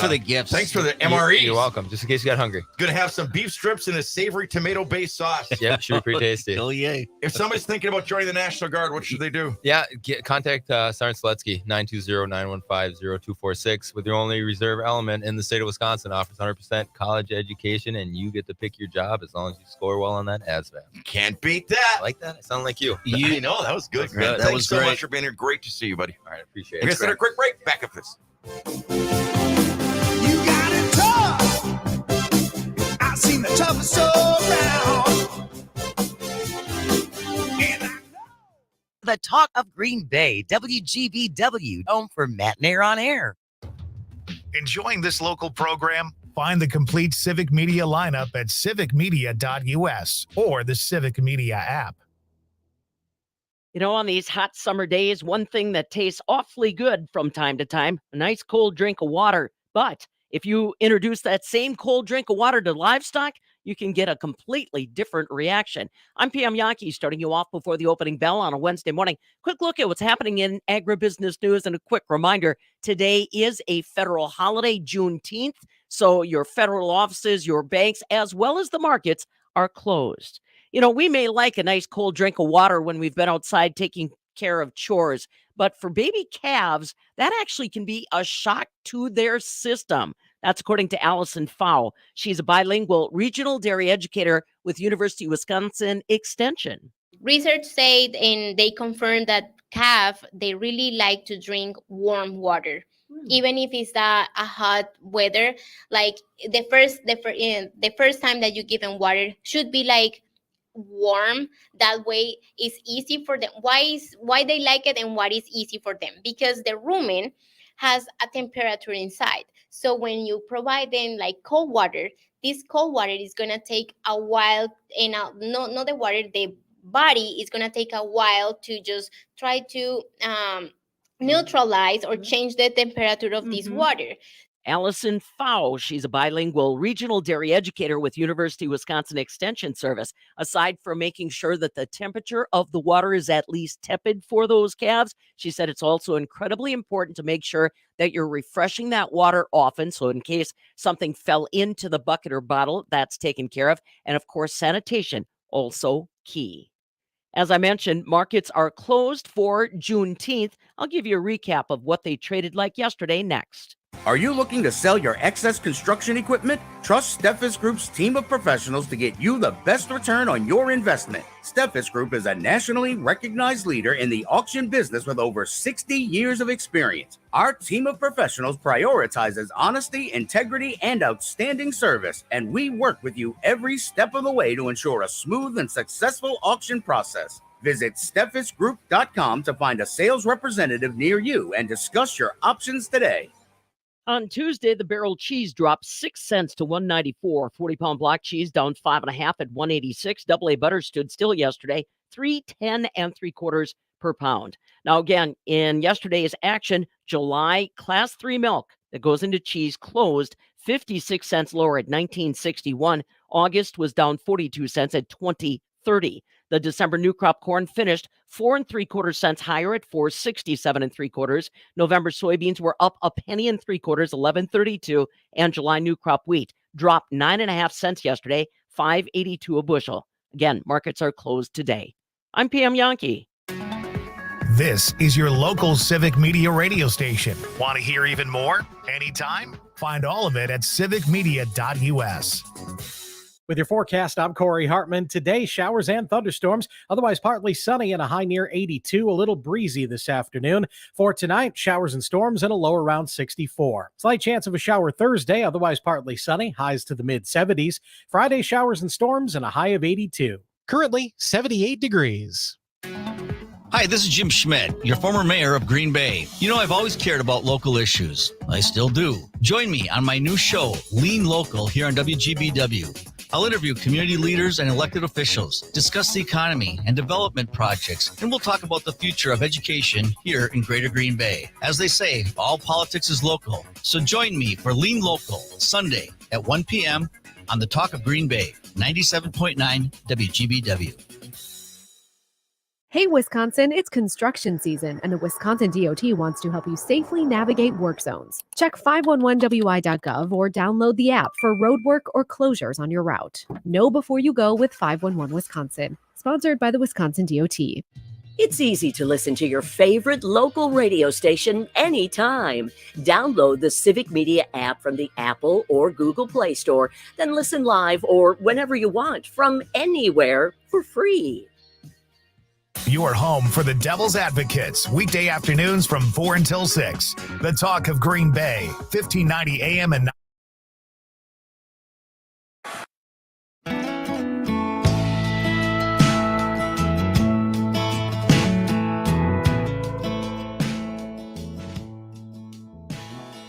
Mama, I'm calling got some news. Don't you tell Daddy, he'll blow a fuse. Don't worry, I'm doing okay. There's the reason we're playing this song. I know you raised me to know right from wrong. It ain't Do you know this what song? you think. Yes. Okay. And I'm Do you know why we're playing this song? Just Is it because she's from the South? Yeah. And you know where she's from in this song? Tennessee. No. No, that's Morgan Wall. Yeah. Hang on. He's got Very special reason I'm playing this song. Have Have you ever heard this song? It's a great song. From where we're from, but he feels like home. Yeah, he's got me doing things I've never done. In Georgia, they call it a sin. I'm wearing Tennessee orange for him. So in this song, she's from Athens, Georgia, but she met a guy who's from. Hang on. Saturday, and I wore the hat on his dash to the game. Sure was in Athens, but I fell for him. There you go. All right, so it's a song about this girl from Athens, Georgia, Okay. whose family is like diehard. I mean, that's where the University of Georgia Oh, is. man, you got to be down there. I bet, huh? You have to be. Well, Todd, that's why I said when I ever retire, I'm going to spend a fall traveling from college football to college football games. And Athens, Georgia is one of the places I want to go. So I work for some stations Right. down there, right? Right. Going to a game is, I mean, you talking about a Packer game? Right. Just College take a football step is so aside. much Yeah, better than take a step NFL games. aside. Thank you. I know, right? Yes. Isn't it? So you are from Athens, Georgia. Yep. This is Rochelle Jordan from Dominion Title and Exchange, sitting in for Ben and Deanna Malcor. But the song is about this girl from Athens, Georgia, who meets this boy she really likes from Tennessee, and they're huge rivals. It'll be like Packers, Vikings. Right. And she's like, she's has a hard time explaining to her mom that she's becoming kind of a Tennessee fan, and her dad would go crazy in Athens because whatever. And that's your hometown. Yes. So that's why we played that song. And it is a sin. It is. I guess. I bet. I love it. They In preach it Athens, in they church. call it a sin. They Yeah. preach it in church. Yes. Yes. I got to ask, how'd you get up here then? Well, my husband, he is from here, so he drug me back, kicking and screaming. I'm just kidding. I chose to come up, but yes, that's my husband. He was working down south, and we met that way and did long distance for a while. And I was actually a closer down south and found a job up here at Dominion, and so I took it and came on up. Was he in the military? No, he was Oh. working for an environmental firm. So I had two brothers that were in the service in Georgia, Fort Benning and Fort Gordon. Oh yeah, Yeah. yeah. Nope, he just was working down there doing environmental stuff, and happened to find him that way. You haven't lost your accent. I love it. So do I. That's very Love cool. it. I've only been up here a year and a half, so I'm still fresh. All right. Well, How, if you really laid it on, if you were talking to somebody from back in Georgia, how would that go? Oh, hey y'all, how y'all doing? Love it. Love it. So tell us a little bit about what you're doing with Ben and Deanna Malcor and Bay Area Realty and Berkshire Hathaway and the whole thing. Yeah, so Dominion Title has a little satellite office in Ben and Deanna's office here over here at Berkshire Hathaway, and we are there for any of their needs, questions, concerns, anything like that. But I work over there Mondays and Wednesdays, and yeah, I'm really just there to be a liaison for anything they might have. in-house title, right on the corner of Broadway and Walnut. Yes, sir. And I don't think people understand just how critical that piece is in the real estate transaction. Absolutely. And the problem with real estate, where I was a little bit frustrated, and I did that as a broker for a while, is you have to rely on so many other people. It's not like you can do everything, right? You need a title company, obviously need the bank. Title can make or it can break a transaction. And you seem like the person that would make it. I mean, it's just, you want to have some good energy. And Yeah. Well, we have a sign on our desk that says everything is figure outable, and we live by that. No is not an answer in real estate, right? That's right. Absolutely. How do you like it living up in Green Bay versus Athens, Georgia? Well, we got the same G, so I'm okay with that. That's right. It's the same exact logo. Just a different color. I know. But I love it. January and February are a little bit lame, but we'll make it through. We'll go with lame. Okay. Could be worse than that. Did you go to Georgia? No, I didn't go to Georgia. I went to the School of Hard Knocks, community college. I just grew up there. Where? Where in Oh, Georgia? Yeah, it was called Athens Tech. Oh, okay. Yeah. Did you, when Georgia used to have their, they're still real, they're phenomenal in football. And you've seen the Packers up here. Mhm. What is a more fervent fan base? What is a bigger day, Packers Sunday or Georgia football Saturday? Well, I would say Georgia football Saturday, only because we got a bajillion more people down there than we do up here. Yeah, it is, huh? But the fans that are here are diehard in their own way. I think drinking's a little bit more popular up here, so you see the crowd a little differently. I'd never been to a Southern football game before, okay? And I still wasn't in a certain, but when LSU came to town, those fans were crazy passionate. I mean, on like every play. I mean, Packer fans, they might sit around, you're drinking, you're talking about whatever, and what happened? You know what I mean? Yeah. Those people, I'll never forget, were so into that game and every play that happened and whatever. It wasn't there for the social maybe beforehand it was, sure, but during that game, it was serious. Well, yes, and they get feisty. You know, if you go to those games, just be on your P's and Q's because you don't know what's going to happen. But they were some of the best fans we had up there. Question. And they, like 3-4 days, they were here. Like those people travel. They don't just come in for the game and leave. They came to Green Bay, and of course, Jim Kradowitz used to run Titletown.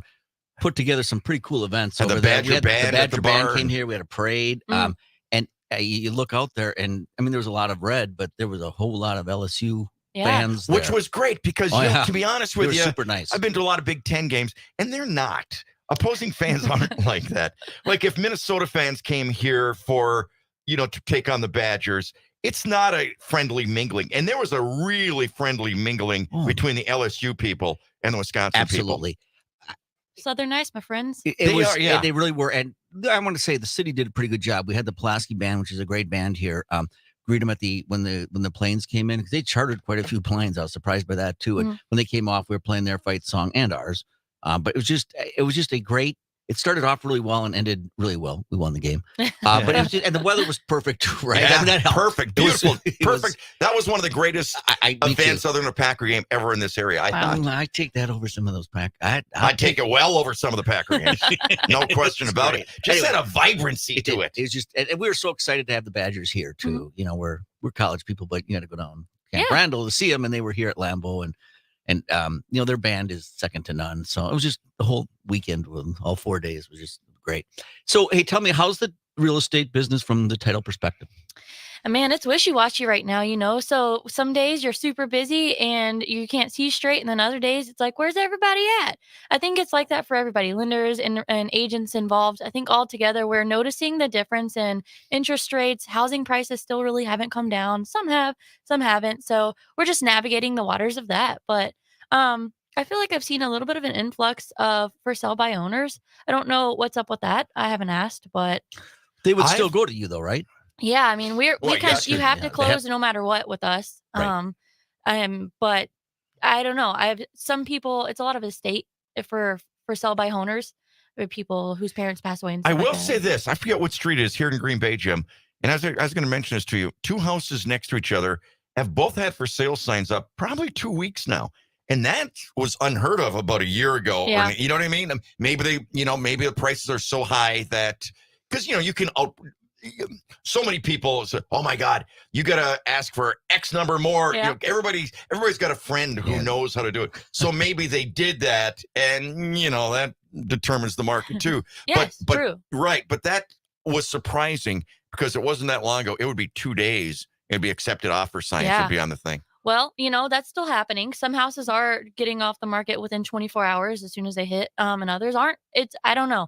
It just really depends on where you're at in town, what the money looks like, and all the situations. You're exactly right. Yep. I think Bay Area really aligns themselves with quality. Like I said, there's a lot of people in a transaction. It's just not the realtor. I think some people think, the realtor does everything. Well, they need a good title company. Yeah. But I'll say one of the reasons those houses might be on is you guys have a great inspector too, who was just on last Andy. week. Yes. And Andy, there could be a foundation thing, and that's until you can negotiate who's going to pay that 20, 25 grand to get that wall fixed. But the title is so important and can delay it. How do you expedite it?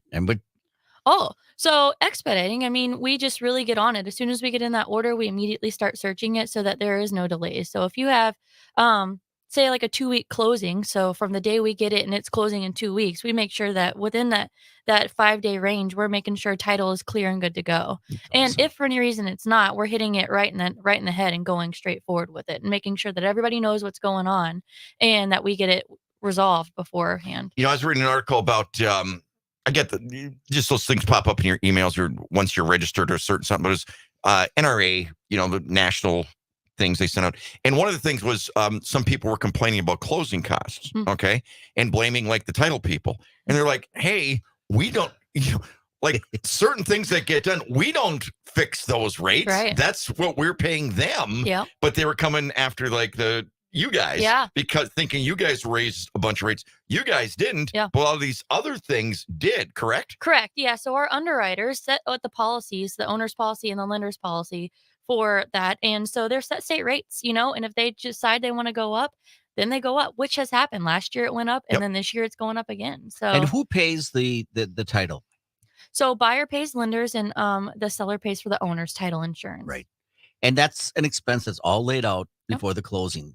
Any surprises? You sound like you've been doing this for a while. You know what you're doing, but sometimes you get into the closing and it's like, what? Yeah, well, special assessments, that definitely will throw a surprise in there. But no, generally it should be run in the mill, right? Right. Let's pay off your water, your Right. your mortgage.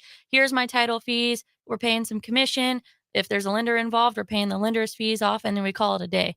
Surprises really only come if street improvements, curb and gutter work, anything like that happens, or I don't know. Well, they got to disclose that anyway. So you just, And one of the things that said in that article that went up was the what's it called?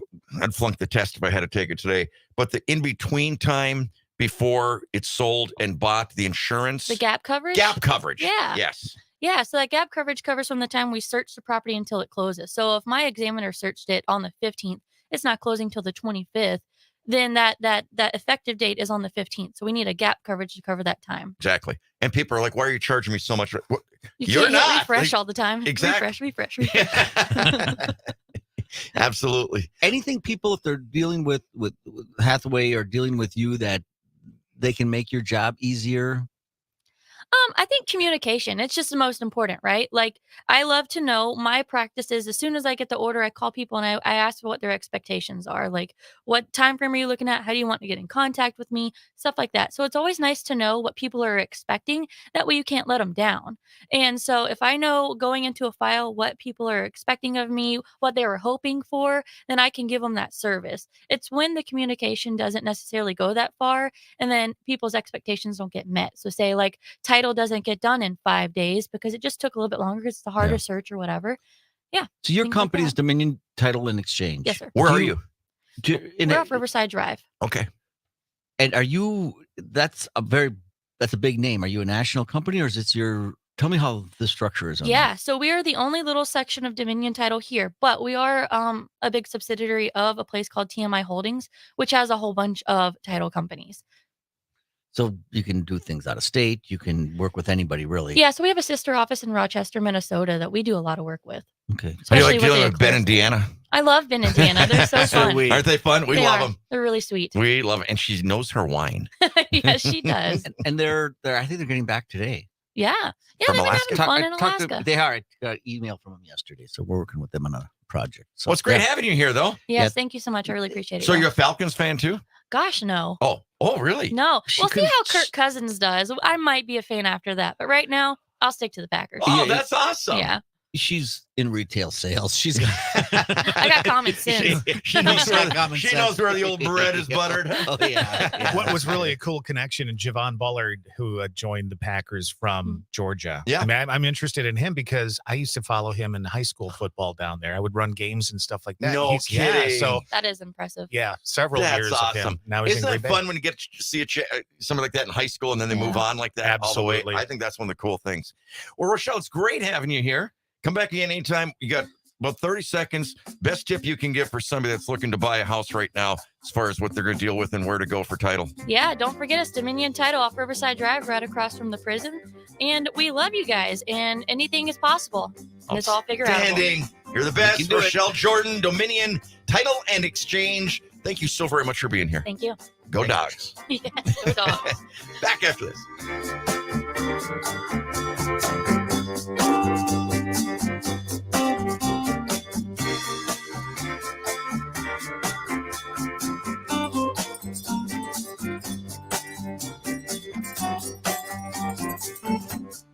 In the morning you go running for the man who stole your water. You're listening to the Talk of Green Bay, WGBW. Are you and your family weather ready? I'm Terry Barr. Wisconsin weather is ever changing, and all of us with civic media believe awareness can make a difference. Our weather ready stories will offer the information you need. Here's meteorologist Brittany Merlot. Consider yourself a snowbird with property in the south, or just like to vacation there. You'll want to keep an eye on what's predicted to be an active hurricane season from now through the end of November. Forecasters say that there's an 85% chance of above the normal number of hurricanes, especially in the Atlantic Basin. Here's what it could look like. 17 to 25 storms, 8 to 13 of them becoming hurricanes, and 4 to 7 of those could be major. If you're wondering why, temperatures in the Atlantic Ocean are near record warmth, and La Niña conditions are developing, and both of these support the formation of tropical storms. No matter where you go, it's information to keep you and your family weather ready. I'm meteorologist Brittany Merlot. You're listening to the Talk of Green Bay, WGBW, home for Nightlight with Pete Schwaba.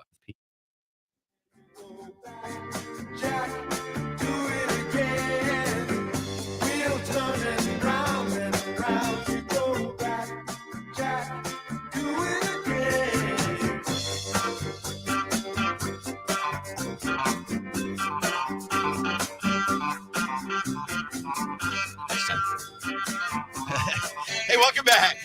Maino the Mayor here on a Wednesday morning. 78 right now in Green Bay, 77 in Appleton, 75 in Oshkosh. How high did it get yesterday? 92. Wow, that's incredible. Cameron had the 3-degree, and I think he picked 90. So he wins. If it was 9, it was 92 on my phone. I shouldn't say that. I don't know. Maybe it was 93 somewhere else. But all right. Anyway. If I sit on my balcony today, I'll put a little thermometer by there to see what it. I'll take a picture of the glistening if you'd like. We wouldn't. I don't know. No? Okay. No. Just that. I mean, just to show you how much I'm sweating or anything. No? You don't need that? Don't want that? Did you No? Okay. Why would we? What about this bike you bought, or you said you bought, this alleged bike? Yeah. You really bought one? Yeah. You have a helmet? No. Okay. Who did I see? Somebody famous just got in a bad bike accident. Biking. The chef. Yeah, the chef, Gordon Ramsay. Gordon Ramsay. Yes. Yeah. And then Justin Timberlake. Yeah.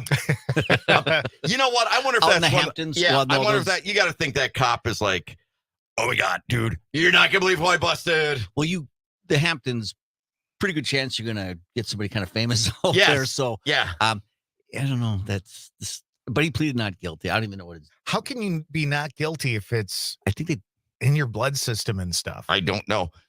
I don't know if they took blood. I think he failed. Well, the reports Oh, are saying that there's. Well, I remember Billy Joel lived up there too, and he got. Remember, that's when he led to his sobriety. He got in that really bad car accident, went off the road, hit a tree, and that really. And then Christy Brinkley left him, didn't she? Right after that. Yeah, I think she did. Over a DUI? Well, just in general, he was drinking a lot. He was, he was laid up in bed. No good at her. So how did he get Christy Brinkley? Right. Oh my gosh, she still looks fantastic. Well, listen, I mean, she it doesn't gives age. hope to everybody out there, I know, doesn't it? I know. She's like the female me. She's like the female you. Yeah. How is that? Doesn't really age. You know what I mean? What? Let me go grab the picture in the other room. Right. John. Well, that was Do also it that before was and after. super touched up, but still, your high school picture. No, I'm just Which saying. wasn't I don't know. I mean, whatever. But But you got to think that cop when he had to make a call home. Hey, babe. Do you think he was bragging? Oh yes. Oh God, yes.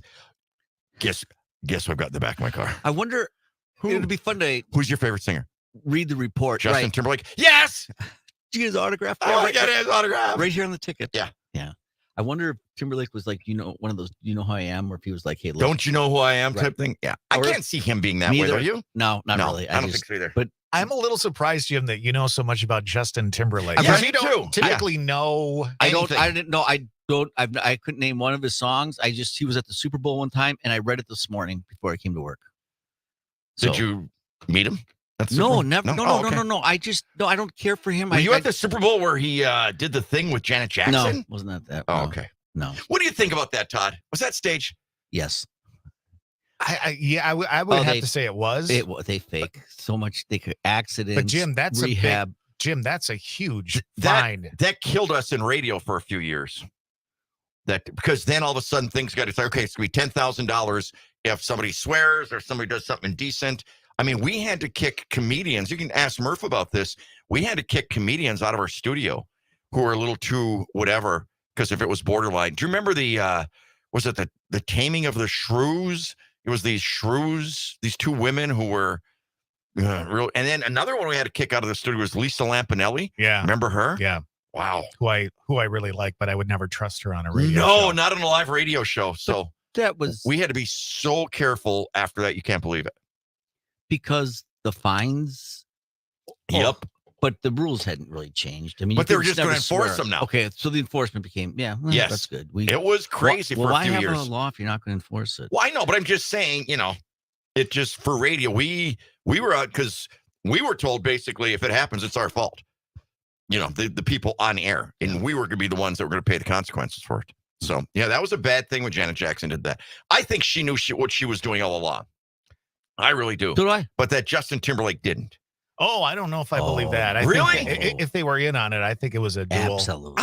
He seems like too nice of a guy. And he's got Jessica Biel at home, who, by the way, was born in Vermilion, Minnesota. Wow. Which is where Ely Community College is, where I played my first game. Isn't that something? I'm sure she's proud of that. I might have played against her dad or something. Yeah. Isn't that something? Mm-hmm. All right. Just throwing it out there. All right. So the other thing I read, I always read the news when I get up at 4, that 1440, but which is the news source. How about, there's something, and Trump is really going to bring this to light, is the, what's the word I'm looking for? The flaws in our judicial system, right? Right. He's going to he talks about these judges. It should be more of a committee. One guy shouldn't have all this power. He talks about the DAs, but there's something wrong with our judicial system when a guy gets sentenced to more than 2,000 years in prison. Who was that? The guy who shot up those people in Colorado. I don't know how many people I should know this. You know what I mean? 2,000 years? Well, come on. Yeah. But you also just said, why have a law if you're not going to enforce it? And, right. And these might be the thresholds for what he did, right? I mean, obviously he's not going to live that long, but if that's the threshold, if it's X number of years for this and X for that. Well, you know what I don't understand? When somebody gets the death penalty, how they can go for 15 years before it's carried out. All of that. I don't The guy sentenced to 190 years and he just got another 2,000 years. To me, something is like, I don't know if that calls for, you're right. What does that call for? If the law is the law and they're just piling this stuff on, but I don't know that, I don't know if we want to get into the death penalty, but I'd be okay with that. Well, does anybody have it anymore? It's oh yeah. Oh, do they? Yeah. Oh yeah. They had the lethal injections down in Texas. And Mississippi and Alabama, some of those places. But I thought it was terrible because nobody deserved the electric chair or the gas, whatever they got, more than Charles Manson and his people. I really believe it. I mean, there's a million murders going on, and everybody that murders somebody, I had a good friend who was murdered, but still, and they changed it right then. The state of California made it illegal. Charlie Manson should have fried. I'm sorry. He should have fried. Don't you agree? No argument here on no, none, zero. I mean, and I'm Catholic and my brother complains that I'm okay with it. And it's not an eye for an eye. It's just, it's justice. People, we'll do a quick poll. Johnny, they're going to eat in Wisconsin? Yeah, in Wisconsin. Which way? It ain't going to happen. No, quick poll. Which people would want? Do you want the death penalty or no? They'll say no. They'll say no in Wisconsin? Mm-hmm. Okay, we'll see. I don't know. Todd, what do you think? I think it's 50-50. I don't know. Let's find out. Quick poll. How do I text? Well, we shouldn't have got on this. 2,000 years in prison or the death penalty? Yes. All right. Just throwing it out there. Okay, all right, we're going to set a quick break. Maino the Mayor back after this. Don't try to take me to a disco. You'll never even get me out on the floor. In 10 minutes, I'll be late for the door. I like that old time of rock and roll.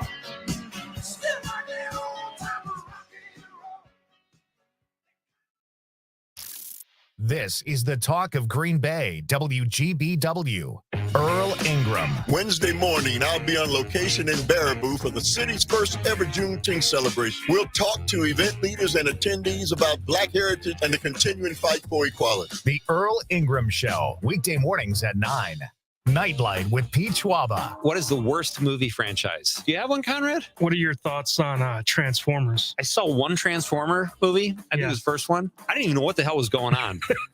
I can't get into them anymore because, it's the same every movie now. Yeah. Yeah, it'd be nice if you knew which Transformer. I know there's like testosterone and overload and whatever Nightlight with Pete Schwaba. Weeknights 7 till 9 on your local Civic Media radio station and on the Civic Media app. Local radio for you and your community. It's Civic Media's mission with stations across Wisconsin. Find your favorites at civicmedia.us. You're listening to the Talk of Green Bay. WGBW 1590 AM Denmark. W250 CV Green Bay. And always streaming on the Civic Media app. ABC News, I'm Sherry Preston. Russian President Vladimir Putin in North Korea, where he signed a partnership agreement with leader Kim Jong-un. They both agreed that each country would come to the other's aid if attacked, but no word on exactly what kind of aid they're talking about.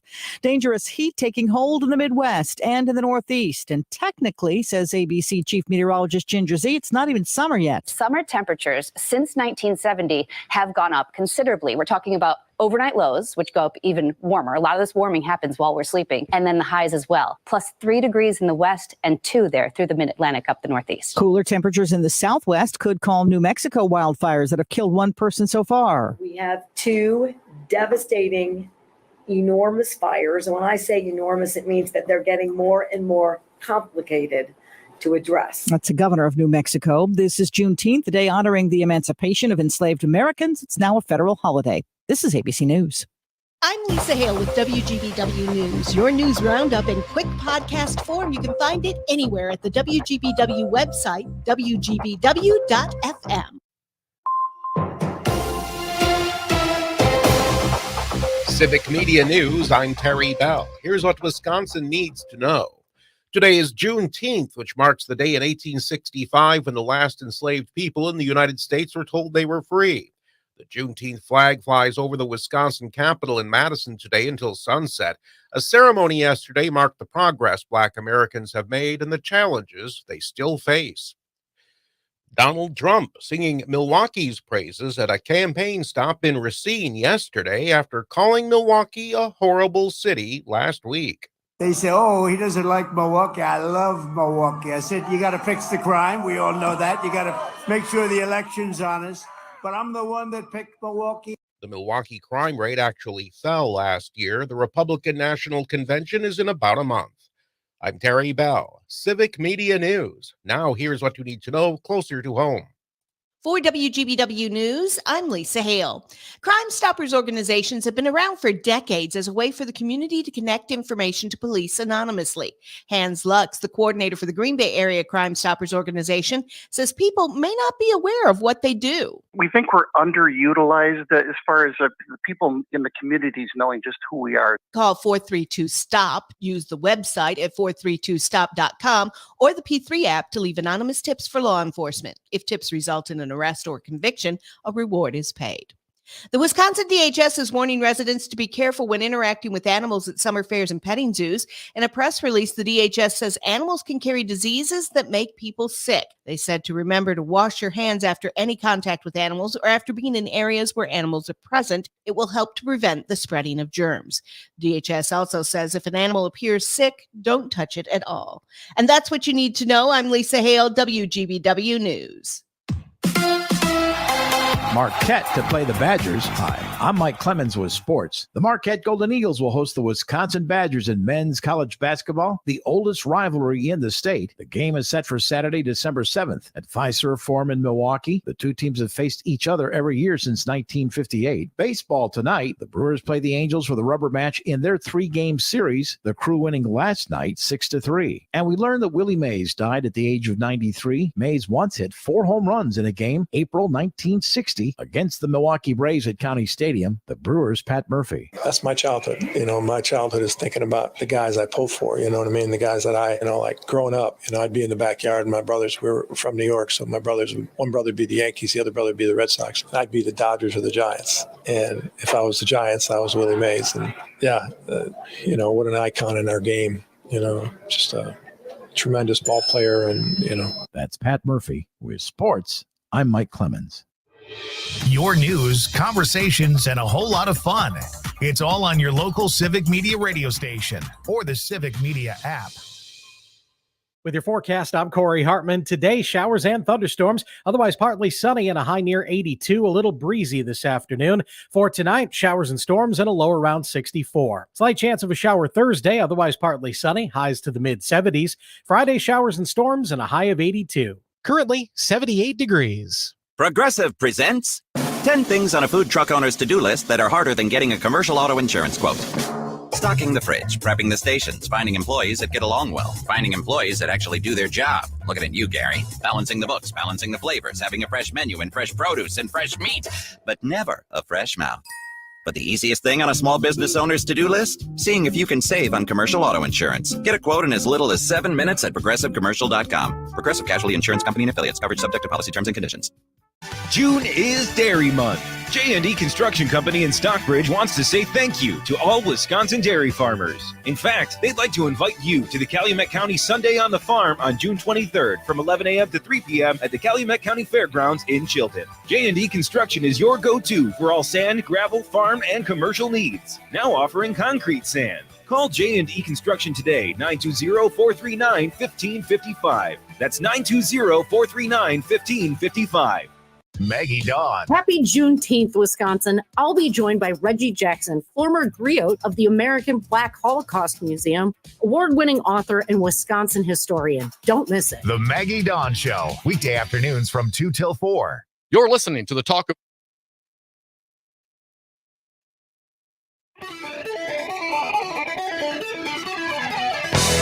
Coming to Northeast Wisconsin live from the Civic Media Studios and featuring TV and radio broadcast veteran John Maino, along with the city of Green Bay's longest-serving mayor, Jim Schmidt. This is Maino and the Mayor. Begin the day with a friendly voice, a companion unobtrusive. And here are your hosts, John Maino and Jim Schmidt. Hey, thank you very much. Welcome back. My Diet Coke, another one. Hi. Welcome back. This segment brought to you by Pella Windows and Doors of Wisconsin. We're going to be talking with Jesse Funk of the Appleton International Airport. Their biggest fan is sitting right next to me. But the other thing he's a huge fan of is, of course, Pella Windows and Doors of Wisconsin, because he got them. I do. I just want to give a plug for Pella Windows and Doors. So we've been building houses, 150 years that, I think in our neighborhood, I think 1870, 1880 was the first house. But you want to get windows and doors that fit that era, that style, because you can tell if people maybe went cheap or they didn't bring in someone like Pella they come in with the computer program and they'll say, look, this house was built in 1915 or 1930. And they get the right ones that fit. And the neighbors like it. Of course, you'll like it the most because it's your house. But curb appeal. It does. And it's just when people come in, if you're going to sell your house, they want it to look like that era. If it is, especially a historic house. And you guys have historic houses in Appleton. You got a beautiful area down there that have some awesome homes. And Oshkosh does as well. And of course, here in Green Bay. And Pella, we had them come in and they did not have the free financing when I bought my windows. I wish they would have. Until June 30th. 48 months. Well, yeah. Jesse Funk is joining us right now, Appleton International Airport. Air Service and Business Development Manager. I'm just going to let you take over, Jim, because this is one of those people that you've talked about, not individually, but just in general, what he does. And you're a big fan as a business person and as a frequent traveler of what they're doing. Yeah, it's a business. And I love your schedule, but more importantly, it's the environment you offer there. It's the customer service. I use your airport a lot. I mean, I live here in Green Bay and I use Green Bay, but for a 25-minute drive, I just think you offer a lot. And I don't know how long you've been the director, but that thing has changed. And really in the last 5-6 years, I think you've really elevated that airport. Well, thank you. Yeah. First of all, appreciate you having me here, John, Jim. We're always happy to talk about the airport, tell our story to the people in Northeast Wisconsin who support us every single day. We're just talking the last time the three of us were together was at the Tundra Lodge with the ribbon cutting. That was where you used to. And I think that says a lot about the airport is that maybe you don't. you're not an engineer. You're a hospitality guy. I am a hospitality guy. I started my career in hotels down in Milwaukee in 2002 after I graduated from college. And it's weird to see, if you take a survey now, it says, how long have you been in the travel industry? And it's, 1 to 5 years, 6 to 10 years, 10 to 20 years, over 20 years. I have to check that over 20 years box now. You should see what Johnny checks. Yeah, right. What's that supposed to mean? You're the 40 years in the business. Whatever. Okay, whatever. Go ahead. I've been the air service and business development manager at the Appleton Airport since October of 22. So coming up on about a year and a half now. And really, since Abe Weber, our director, became the director there in 2013, we've just been on a path to be a better airport. And not to say that the people before him didn't do well either, because Appleton, has always tried to be the best airport we could be for the people of Northeast Wisconsin. But, Abe started as an intern at the Appleton Airport and worked his way on up to be a director, and just has built a team, including myself, that are just very passionate about not only the airport, but about serving the people of Northeast Wisconsin and aviation in general. And I think trips, people who travel, it's not just the wheels up to wheels down. You're part of their travel experience. Yeah, and it's great that you bring that up. I think as we look at the passenger experience, and that's something that we've really tried to dive into and understand. And the more you dive into it, the more complicated it becomes, right? Because there are passengers who want to arrive at their gate literally as the plane is boarding. Yeah. Right. So, arrive within 15 minutes of the departure, and we have to be able to accommodate them. And there's others that want to get to the airport and be sitting at the gate 2 hours before their flight arrives, and we have to be able to accommodate them.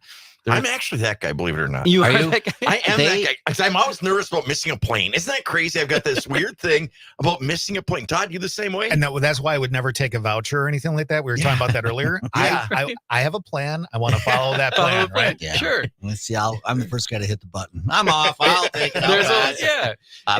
He was talking about that. I had a voucher one time for anywhere in the country, and I never used it. Okay. Because it was hard to get it scheduled and whatever. Mm-hmm.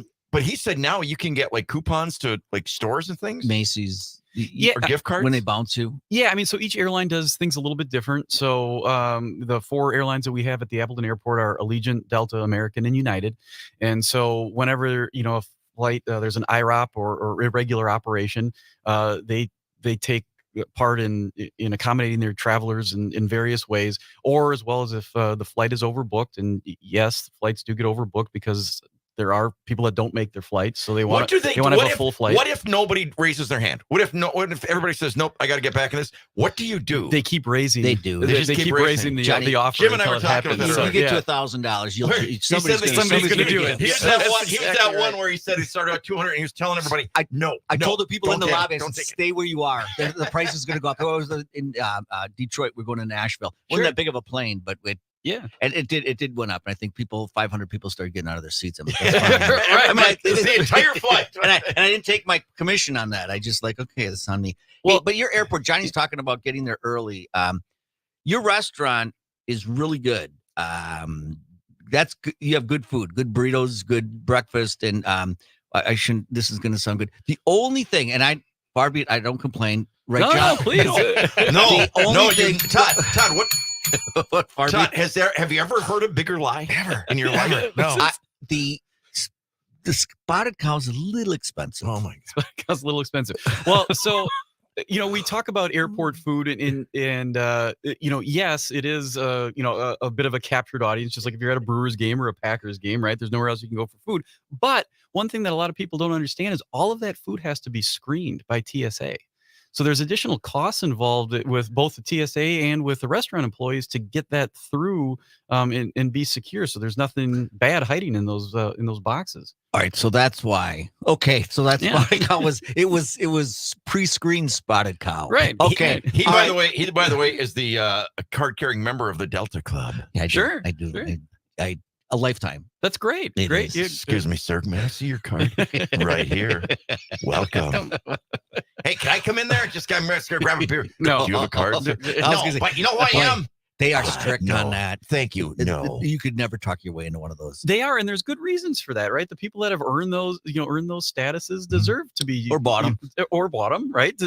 Deserve to have a differentiator. Yeah. I think the cool thing, and this is something we talk about too, the number one thing we love about you guys, direct flights are the greatest thing. If you got to travel, direct flights are simply the way to go. And you guys are always looking at new places to have direct flights. Talk about that, Jesse, and the games too that you're the Packer games. Yeah, so that passenger experience, right? Just like you're talking about, it's always nice to get on a nonstop flight, and we work with all of our carriers.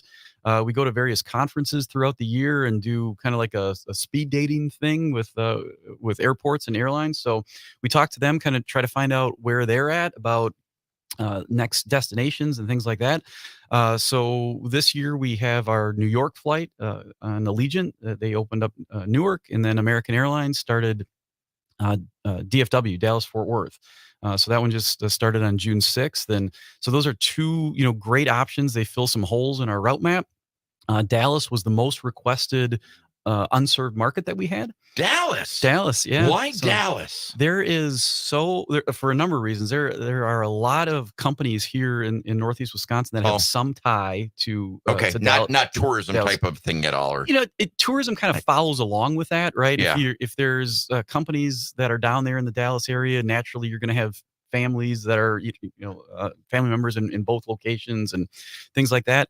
Also the connections to Mexico. We have a lot of manufacturing here in Northeast Wisconsin, and they have production facilities in Mexico. So a lot of business travel between here in those secondary markets in Mexico. So if you think like Guadalajara and Leon, Mexico, and places like that. But Nashville, and Jim and I were talking about this too, as a daughter was in Nashville, but that's become quite the tourism. Everybody seems like you talk to somebody and say, "Oh, where are you going for the week?" I'm going to Nashville. Yeah. Going to Nashville. Those flights are full. Well, one of the things that Allegiant has done is allowed that last minute kind of, what are you doing this weekend? Nothing. Let's go to Nashville. Right, exactly. and that's what happens. What happens. Some of those low fares, and you can jump on a flight and spend a couple nights in Nashville and and have a great time, make some memories, and that's what it's all about. You know what it's become? I've noticed a big destination for bachelorette or bachelor parties. It has. It Hasn't it? has. And there's various parts of Nashville. There's the Broadway section, which is the most famous section, of course, but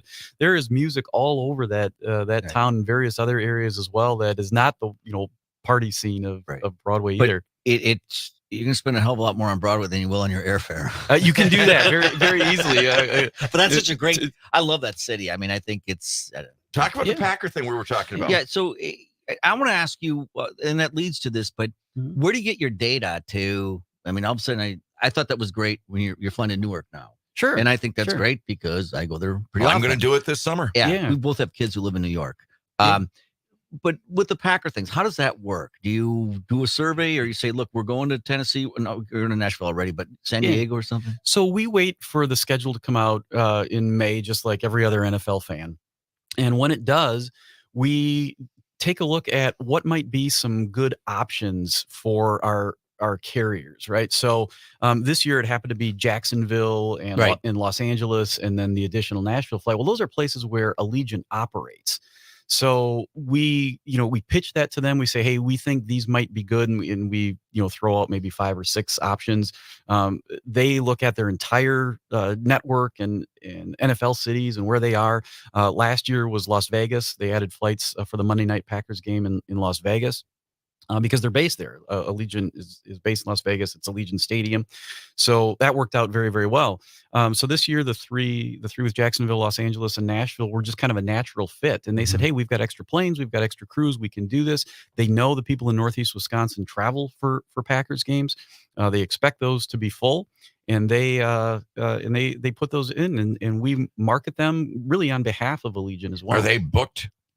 I haven't looked lately. I know the Friday flight for Nashville, which was the original one, was sold out. So that was they added that Saturday one, and they sell they sell pretty well. So haven't looked lately. Your song. Yeah, this is I got a couple. Stick around. Yeah, I got a couple of things I want to ask Absolutely. you. Great song, nicely done. Fly with me.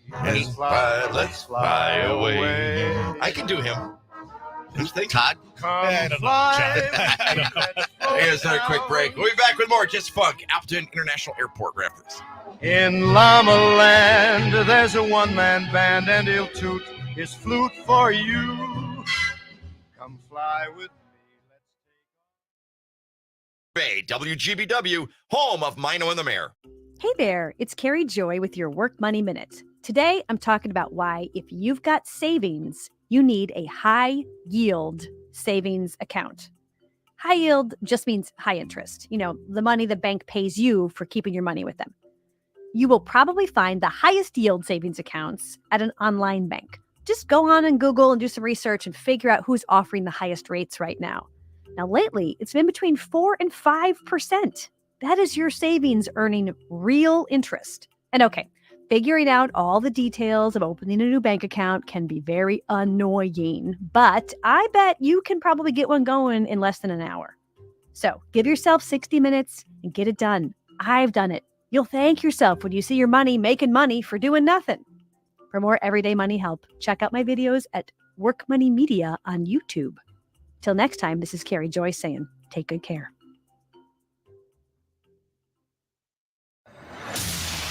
The talk of Green Bay.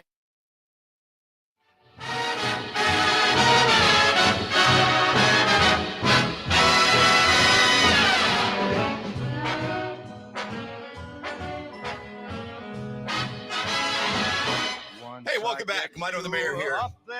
Is this Frank Sinatra? Of course.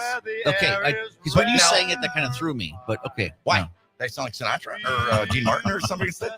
We're Jesse Funk from the Appleton International Airport. And just listening to that song, that brings back memories when I was a kid and you watch a movie and like that song replaying, and it was so glamorous to fly someplace. I mean, every guy had a suit on and every women were all dressed up. And there was a special magic flying back in those days, wasn't there? I just want to talk to Jesse about that, but I think it took a dip. Everybody's wearing shorts, it seems like is it a little better now? Or are the customers a little bit more professional? Or because it used to be just a cattle call, especially when you guys would give us the tags and, it's like, come on. And then you had that water, you had to peel it back, the foil. Did you ever have that? Like a dog. I don't think Jesse's in charge of these things, Jim, but no, sorry, right? Jess. Jesse, do you remember that? I just took a turn. Remember that in 77? 1977 is when Johnny, they first started. I couldn't believe it. They had water. Unbelievable. They had water, and you know what I'm talking about, Jesse? They had water in a cup, and you had to peel the foil back like you give your dog.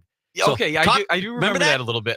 Talk about incentive to upgrade to first class. I do remember that, but if you look at the history of aviation, there was such a small subset of the population that was able to fly in the 1950s, 60s, and 70s, and that's what you're seeing today. Is there's just really almost anybody has the ability to fly, and so when you have that, then you're going to get different clothing. Jim, right? Jim doesn't like that, by the way. No, everybody can I'd fly. say that. Just the elite. It's not as exclusive anymore. But what, like, if you took a flight to L.A. in 1960, whatever that would cost you, versus taking a flight from here to L.A. right now, just with the way the cost of living and everything has gone, is it higher? A lot higher? Was it a lot higher back then? Well, it's like buying a first class ticket. I don't have the stats in front of me, but it's something to the equivalent of a $3,000 or $4,000 ticket today. Right. So it would be like if you were buying the ultra first class, everything.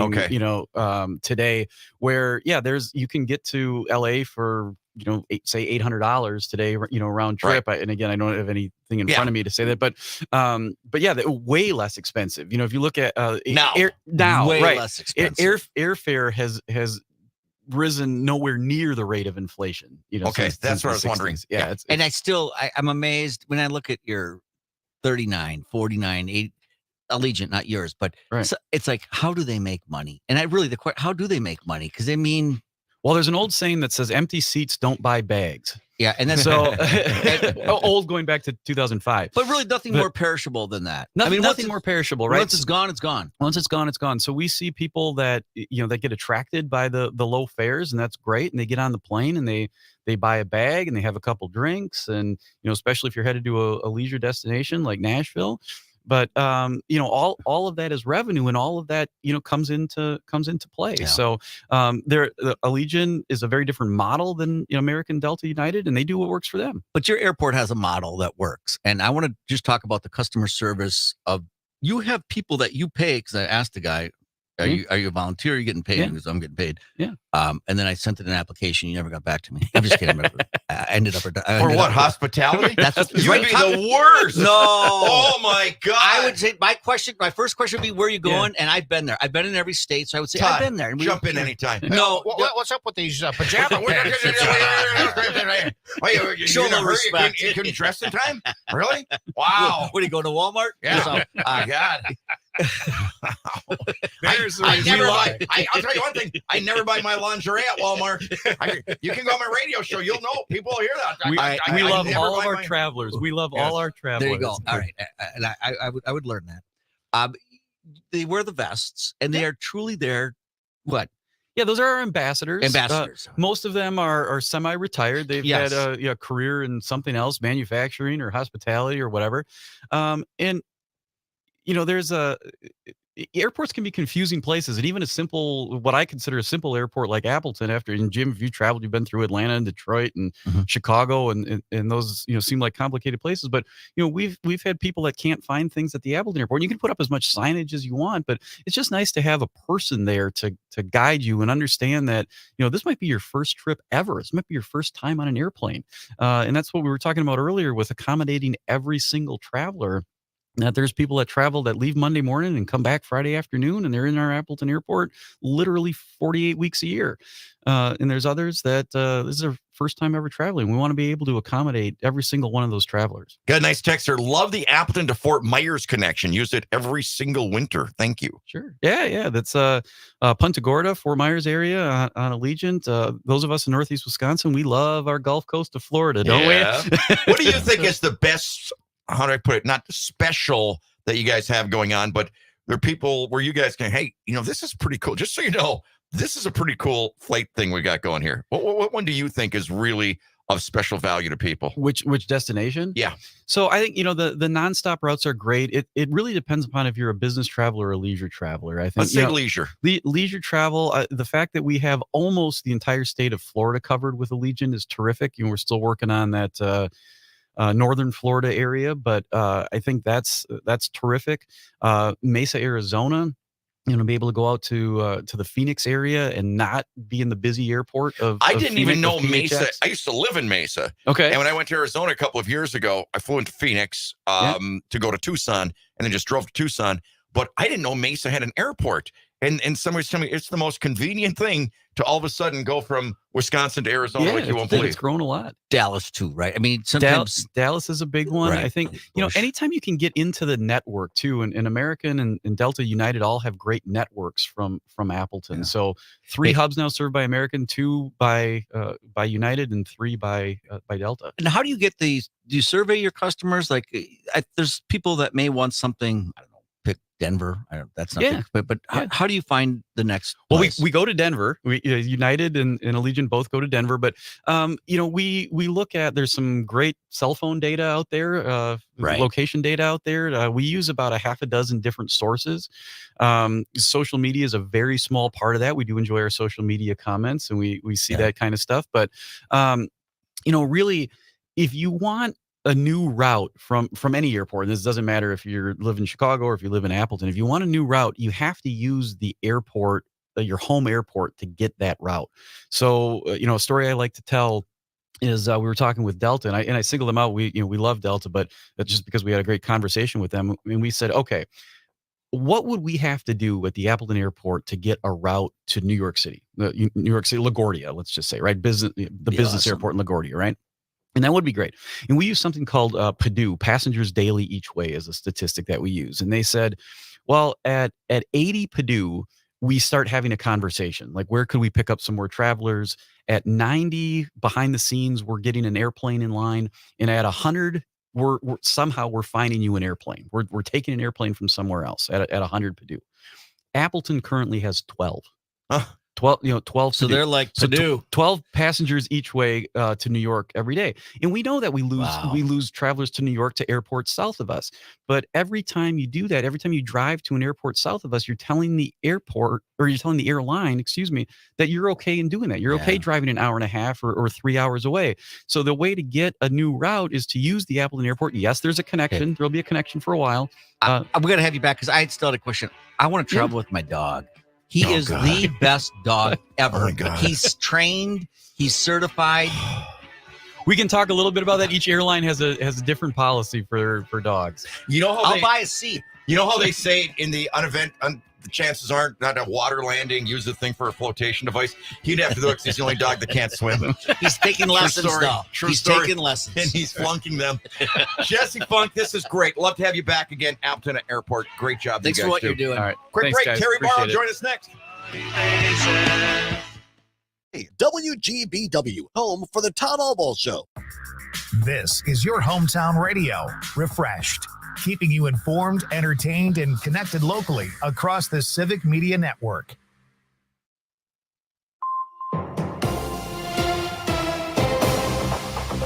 Civic Media News. I'm Terry Bell. Here's what Wisconsin needs to know. Wisconsin is getting about $16 million in a nationwide settlement with Johnson & Johnson over harmful baby powder. State prosecutors around the country say the company knew the talc in its baby powder could cause cancer.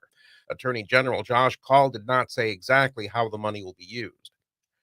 The idea that non-citizens get to vote for president is not only untrue, but good government groups say falsehoods like that plant dangerous seeds of doubt about American elections. Non-citizens are already not legally allowed to vote in federal elections. This has been the case through American history, and it was codified into American law in 1996. David Becker is with the Center for Election Innovation and Research. I'm Terry Bell, Civic Media News. Now here's what you need to know closer to home. For WGBW News, I'm Lisa Hale. For the first time, Winnebago County employees will join to observe Juneteenth, the holiday commemorating the end of slavery in the United States. The reading of the Emancipation Proclamation and order from General Gordon Granger that informed Galveston, Texas of the end of slavery 2 years after the fact on June 19, 1865, will happen in Oshkosh at noon and will happen at the Neenah Human Service Building at 4 p.m. today. Juneteenth has gained more attention after being named a federal holiday in 2021. A warehousing and distribution, transportation, and contract packaging facility in Neenah breaks ground. RGL Logistics is building a 357,000 square feet facility on Dixie Road in Neenah. It will expand to 600,000 square feet in Phase 2. Construction on Phase 1 is expected to be completed in December. RGL Logistics employs about 200 people. And that's what you need to know. I'm Lisa Hale, WGBW News. I'm Pete with the 60-second Showbiz Beat. Francis Ford Coppola's Megalopolis has found a distribution partner and will hit U.S. theaters this fall. The five-time Oscar winner invested $120 million of his own money for his passion project, according to the Los Angeles Times. The film screened at the Cannes Film Festival, where critics responded favorably. The cast of Megalopolis includes Adam Driver, Lawrence Fishburne, Aubrey Plaza, and Giancarlo Esposito. Megalopolis opens September 27th.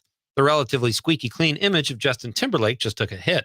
The pop star and actor was cited for a DWI and a few other moving violations while driving in the Hamptons after leaving a friend's party. Timberlake reportedly refused to take a field sobriety test initially, then told one of the police officers that this was going to ruin the tour.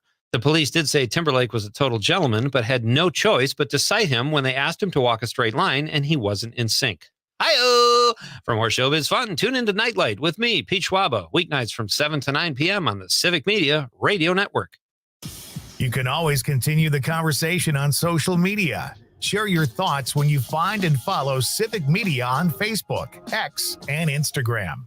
With your forecast, I'm Corey Hartman. Today, showers and thunderstorms, otherwise partly sunny and a high near 82, a little breezy this afternoon. For tonight, showers and storms and a low around 64. Slight chance of a shower Thursday, otherwise partly sunny, highs to the mid-70s. Friday, showers and storms and a high of 82. Currently, 78 degrees. Here's to experiencing it all this summer in Wisconsin. Every deliciously cheesy, rockin', magical, fireworks-filled, festival-loving moment. There's Cheese Curd Fest in Ellsworth, Strawberry Fest in Cedarburg, Festival of the Arts in Stevens Point, and the Renaissance Fair in Bristol, Honor the Earth Powwow in Hayward, Mile of Music in Appleton, Venetian Fest, Brat Fest, Summerfest. So many fests for your whole crew. Find them all at travelwisconsin.com. Sponsored by Travel Wisconsin. 100 days, 144,000 minutes. The countdown to the November presidential election is on, and Maggie Dawn is counting too as she continues her special segment, Biden's Top 100. Having heard from each and every one of you, I should start talking about what President Biden is proposing as for his second term. Biden's Top 100 continues. You're invited to be part of it too. Call or text The Maggie Dawn Show, weekdays starting at 2 across the Civic Media Radio Network and the app. Jane Matnair and Greg Bach. Coming up on this show, the executive director of Block joins us. Angela Lang will be here in hour number 2, public service announcement with Dr. Laura Hanks. Don't miss it. Matnair on air, weekday mornings at 10. Take Maino and the Mayor with you anywhere. Download the Civic Media app today from the Apple Store or Google Play Store. And text the studio directly, all from the Civic Media app. Download it today. Now, once again, here's Maino and the Mayor, John Maino and Jim Schmidt. Hey, thank you very much. Welcome back. That was fun talking to Jesse Funk from the Appleton International Airport. I still have about a million different questions. I don't, because I love flying. I love traveling. I hate hassles. I hate being in one airport. You get off, you got to take a tram to try to find the next one. You got to whatever. I hate that. Appleton really is kind of a small airport, and they have these guys invest, these retired, executives, ambassadors, and they want something to do, and he does pay them. And they're just, how you doing and where you going, and you finding everything okay, and and some people, like, they'll stand right in that hallway, and right behind there's the big restrooms, men and women. People come up to them, and they're very patient. I'd be like, "What, are you blind?" Did you ever walk into the wrong one? I don't. I did so. One time in Appleton. I can't remember the rest of it. Appleton? I was down to do a thing on WIR. One of the big name, Bobby Allison or somebody, was going to be racing at WIR. Yeah. So he held a luncheon and press conference at some, and I was talking to somebody, like, going down the hall, and he was like, and I'm still talking to him. And I'm at the door, and I just push the door, and I go in, and I'm looking for the urinal. So it's like, no. Yeah. Thank God nobody, came in or was in the thing or whatever. Talk to the customer service exactly. people. Yeah. I bet Terry Barr has done that a time or two, because she used to just tear it up. Maybe even hanging out there. Hi, Terry. I love the Appleton Airport. It's so easy. It is. And they got it going on there. And they make it even easier with the customer service rep that says, "Look, how can I help you?" And their parking, you got to admit, their parking, they do plow. If you go there in winter, it's just it's shoveled out. I don't know if they got a different crew than we have here, but yeah, I'm a pretty big fan of that. I fly Green Bay at times, but I'm with Johnny. I like the direct flight, and they have more. It seems like they have more than. I love the bathroom story though, and I luckily I haven't done that, but I have a funny Jay Johnson story. If everybody remembers Jay Johnson, my co-anchor at Channel 11. Of course, love Jay. The U.S. Mint. Yes. Yep. Oh, wonderful man. When we first, now this will age all of us, when we first had microphones that you didn't have to be connected to anything. Geez. Wireless. The little bat, yes, and you could walk around and talk to people. Oopsie. He left his on going into the men's bathroom. And we're all sitting there, do. Can somebody please tell Jay he should turn his microphone on? You know what's funny about that? When we did our Tuesday travels in Oshkosh, and you guys were in the coffee shop, Jim did that. He went to the bathroom with the microphone on. Right. Yeah, that's right. You're right. We heard the mayoral usage of the bathroom. Okay, let's move on. We're with Terry Barr, Slice of Wisconsin. Ouch. Everybody Okay. Okay, so this time, Slice of Wisconsin, we continue our celebration of June Dairy Month, of course. This one's all about the cheese curds, though. Love cheese curds. How about you guys? Oh my gosh. Favorite thing in the world is my buddy of mine. He runs a fried cheese curd stand at Farmers Market here downtown Green Bay on Wednesday nights. Love it. And I get cheese. Those are the best, aren't they? When they come from some kind of stand, like at the fair or like at a farmer's market. Lightly breaded. He doesn't do them wrong. He does them really, really well. Although just plain cheese curds, you know where the best, speaking of airports, this is funny. They're not funny. This is just coincidental. I used to go out to Appleton, to the Green Bay airport because they delivered cheese curds every day, and they were the freshest. And I don't like buying them in the store because if those are 2 days old, it's day and night, I think. Why don't you just go down to Simon's or someplace like that in Little Chute? Because the airport was closer. Okay. I don't know. But I've never heard of anybody going to an airport. I did. If anybody's going to do it, it would be him. Only in Green Bay would that happen. I swear to God, I went to the airport to buy cheese curds. Okay. But anyway, I'm with you. Okay, I look love at how them. everything is tying together today. This is incredible. It really is. It really is. Every day. Squeaky means, yes, they are fresh cheese curds. Right. Yeah. And it's the protein in the cheese curds. When you bite on it, those proteins rub against your teeth.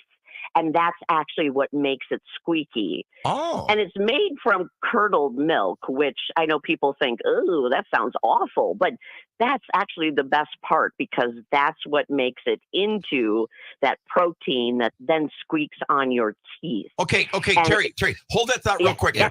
These guys don't believe me that one summer I had a job down in Arizona working at a dairy, and my job was to take the sour spoiled milk and dump it into a big vat, and they would make something out of it. And these guys were like, what would they make out of sour milk? There's nothing made out of sour milk.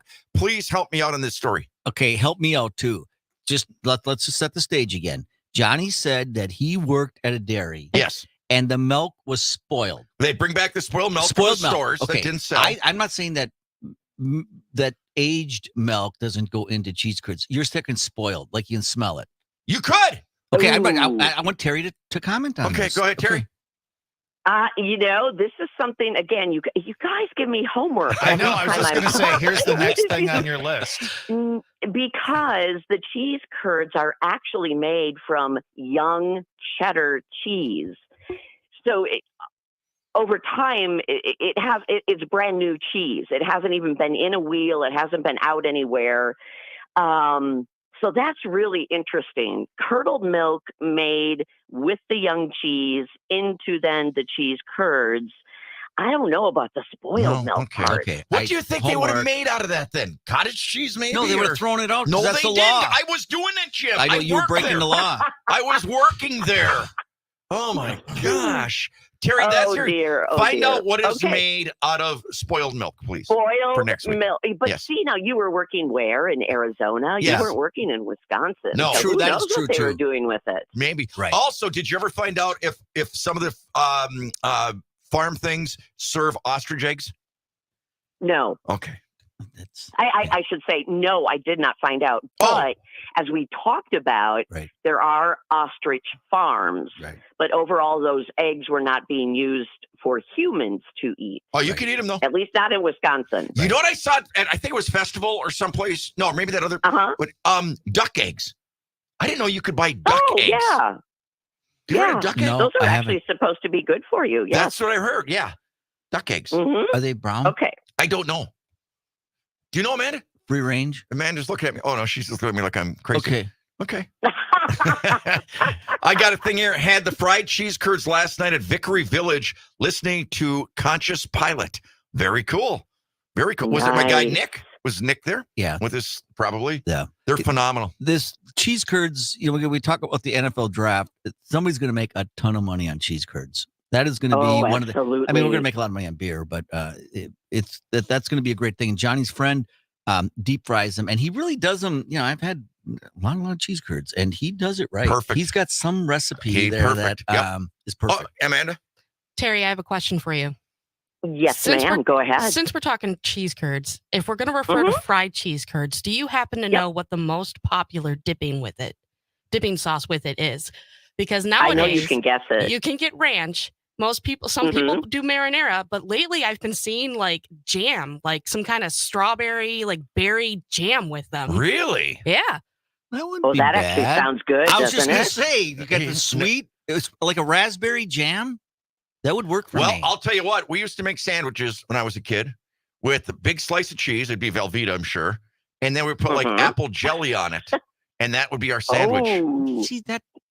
I think it was delicious, but we'd always be homemade apple jelly and slice of cheese, and sometimes we do it on toast. It'd be toast and then the cheese and then the jam, and it was fantastic. So Amanda, I think that might be great. Yes, You it know what? really truly was. The dipping sauces, we could sell those at a premium at the NFL draft. Like you got the ranch, you got the ranch and the marinara. But if you really want to get some Door County cherry dipping sauce, I like the way you're thinking. We got to learn how to make raspberry, sauces. hand-picked raspberry and strawberry dipping sauce. Yeah, we got to do this. That could. We got room at your place. And then we could walk around. You could make a belt and have those on a belt, but then you could have people pick those off your belt and give you the money.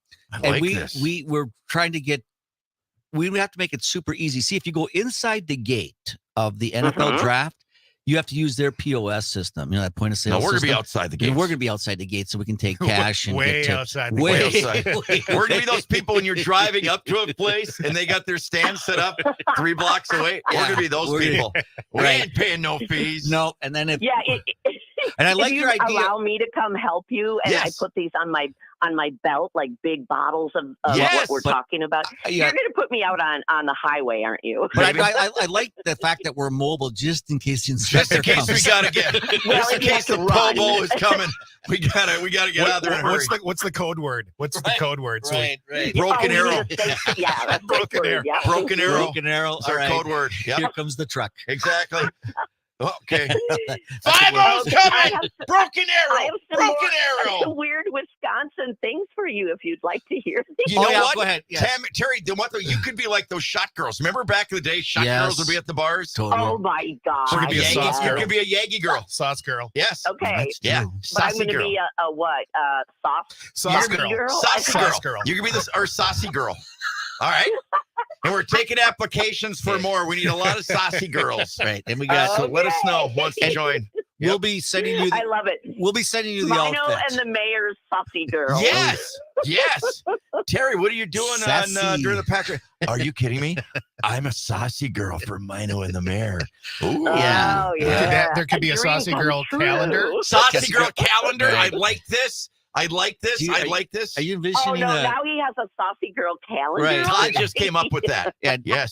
French maid comes to mind? So, Absolutely. Oh, no. Oh, my goodness. Mr. Mayor. Yeah, what's wrong with you?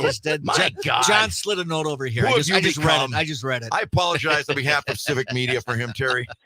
Wow. Okay. What else is going on, Terry Barr? Okay, well, there are a bunch of weird Wisconsin laws, and Jim, you're probably not surprised about any of these. One, since we were talking about cheese on things, did you know it was illegal? Now, this is back in the 1930s. Apple pie had to be served with cheese on it.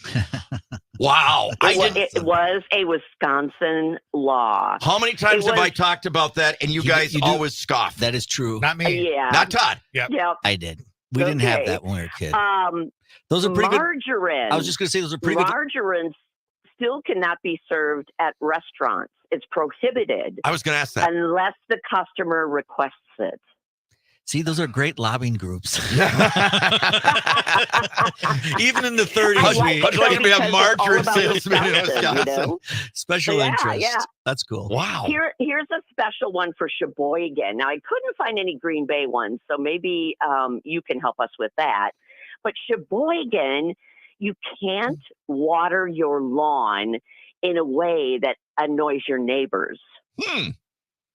Now, I don't even know what that would be, but apparently urine. Do not annoy the neighbors in Sheboygan. Like taking a leak on their lawn. I'll just go ahead. Todd, I'm the one on pain meds. And he's the one hallucinating over here.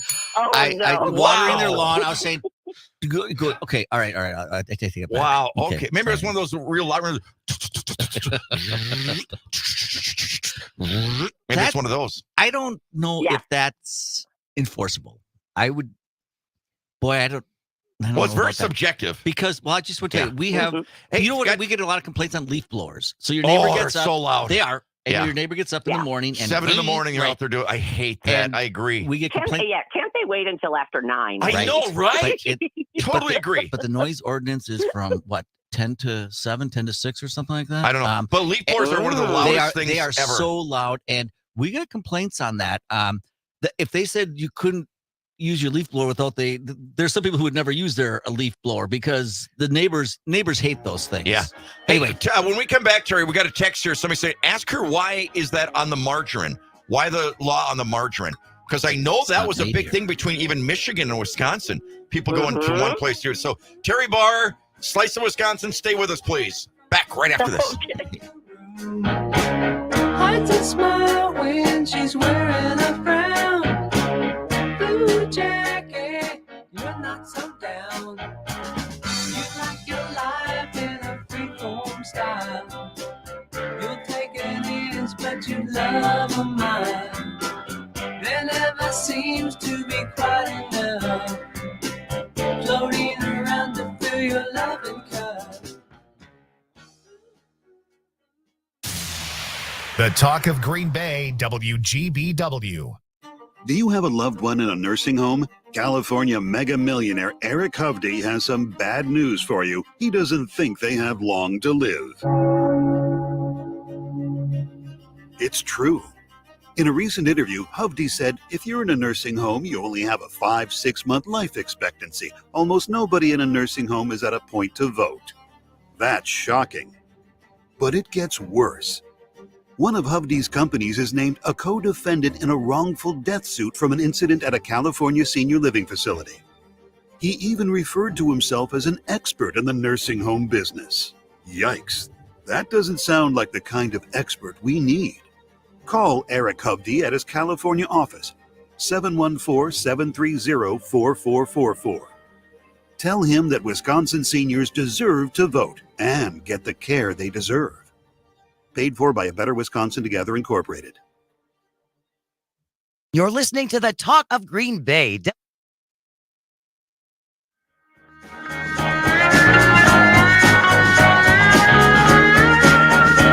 Hey, welcome back. Maino the Mayor here, and an absolutely gorgeous, just gorgeous, beautiful Wednesday morning. I got a text from some friends of mine. They're working for Habitat for Humanity today. Oh, great. Building a house. That is so cool. Perfect day, and what an awesome organization. Yep. I might run over there, just put on the tool belt and just kind of get a picture and sleeveless shirt and a midriff shirt, whatever, and just kind of do some work. Get a little sheen going. Get a little sheen going for the ladies. The Maino sheen. Yeah. I could come out. Hey, that would be a good fragrance, like a cologne. Maino sheen. What drives her wild? Maino sheen. What is she looking for? Hey, you smell really good, big boy. It's the Maino sheen. What is he looking for? Exactly. I like this. We got this. Another way we're going to make money. Think about it. Yeah. So we got a text here. Why on the margarine? Why was margarine such a controversial thing? It still is. Okay. Right. But State statute, section 97.18. Fake colored oleo or margarine cannot be served at a restaurant unless the customer requests it. And it was part of, yes, I think the mayor had this right on. It was part of supporting Wisconsin and America's Dairyland. But if you go now, you still won't find margarine or, I don't even, do they? What is margarine? Oleo? I don't really know what that is. I mean, you got butter, of not course. Butter. No, but what's margarine made out of? Well, it's oil, right? She said the oleo isn't allowed, right? Yeah. Oleo. Right. Oh, I remember oleo. Yeah. Ugh, that just sounds awful. Yeah. I don't remember that. I was just reading from the statute. Okay. But it says fake colored oleo. So I don't know what color it'd be would white oleo otherwise. be. White. Right. Ah. Yes. So then they tried to color it yellow. Yeah. Or margarine. Yeah. It's prohibited unless the customer specifically requests it. See, can you just see that young marketing guy? Boss, I got it. We're gonna make some stuff, and it looks like butter, and then they'll know the difference. And then the state comes in and says, "Hey, wait a minute, we're gonna fix this for our." What's the first state you're gonna launch this in? Wisconsin, because they use so much butter there, and we're just gonna take out. They won't even know we're there. Yeah, and then the state gets involved and says, "Wait a minute, no can do." It says, although originally made from animal fats, most margarine consumed today is made from vegetable oil. Did you guys have butter or margarine growing up? I want to say butter. We had margarine. Did you? Yeah. Like, what would be the brands? No, that Blue Bonnet, Parquet. That's all margarine. Oh, is it? Oh, we did have that. Then. Really? And I just remember, like, the first time I had What'd butter. you say, Amanda? Wasn't Imperial. Oh, Imperial. Yeah, I remember that's- these now. Yeah. I remember It's the not nice commercials. it's not nice to fool Mother Mother Nature. Nature, Blue you're Bonnet. right. Yes. And the bonnet one, and they'd come in those big plastic tubs that were great then to use for picking worms Yep. and everything like that. Yep, because they had a handle on them. But the first time I had real Well, butter. everything's multi-purpose. Yes. Oh, absolutely. That's a lot of margin if it had a handle on it. It did, didn't it, Todd? A handle? Some of them, That's some of ice them cream. did. No. Jim, I worked in a grocery store in the dairy department. I stocked the stuff. Some of them had like the big country crocs and stuff. Yes. There were handles on some of that stuff. And then they were great buckets then for whatever you wanted afterwards. You don't remember that? Isn't that sad? Todd, you called it the dairy department. Well, yeah, exactly. Right? Orange juice and yogurt and tortilla shells. Yeah. Yeah, Oh, yeah. Terry, what did you ever do for a normal job? Well, I grew up on a dairy farm, so. Oh, cool. But my first job, I worked in radio when I was in high school. But then my first non-media job away from the dairy farm, I was a car hop. No kidding. Where? In Shawano. I'll be damned. Because we went to the place in Fond du Lac last week, in Oshkosh last week, the car hop. Artie and Ed's, yeah. Where the girls are on the roller skates. Were you at I did not get to do the roller skates, and I probably could have worked there because I did go to college in Oshkosh. Oh, wow. But yeah, no, we weren't fancy that way. I wish we would have been. That would have been really fun. Were you A&W? What was your brand? No, 'cause they gotta- we were across the street from A&W, and I remember looking out the window at the A&W and going, "Oh, that looks fun." The one that I worked at is no longer in business, so I suppose I can say the name. It was Butch's Open Door, and yeah. Just don't think Butch's Open Door. The kids want to go there. Come on in. You guys want to go to A&W and get a frosty mug or Butch's Open Door? I can see some lady with smoke hanging out. What do you want, hon? Yeah. Big long ashes. We got the roast beef sandwiches on special. We did. We would look out the window across to see how they were doing with their customers, and yeah, they were often a little Well, busier. I than will we say were. this. In my era in the 70s, A&W was king. They were the bomb. And they did a good job because, at least in my hometown, they would hire the cutest girls and they'd always wear orange culottes. Remember, do they still make culottes? Oh, boy. No. Yeah, but they would wear the Look at orange you. culotte and the knee socks, the high white knee socks. Not that I paid much attention. No. I'm just saying. Yeah, exactly. Yes. Yes. Oh, my Yes. gosh. But A&Ws were, Okay. they also were everywhere. Like small Yeah. town to, Two Mhm. Rivers. You had one in New Ghana? Wittenberg. Yeah, A&W. Yeah, See, it was huge. That was the hub of they where really everybody they went. did a good job. A&W, and I know they're still around, maybe not as Mhm. as prominent as they used to be. Let me There's a tell lot you- more competition. Let me tell you too. a very, very embarrassing episode kind of I had in A&W one time. With the culottes. Oh, goody. Yeah. So I was I was working on this girl. You know what I mean? I mean by work, trying to, hey, Yeah. flirting, yada, yada, yada, yada. Okay. Go there almost every day on my bike. Okay. And Wow. Should have got a nice.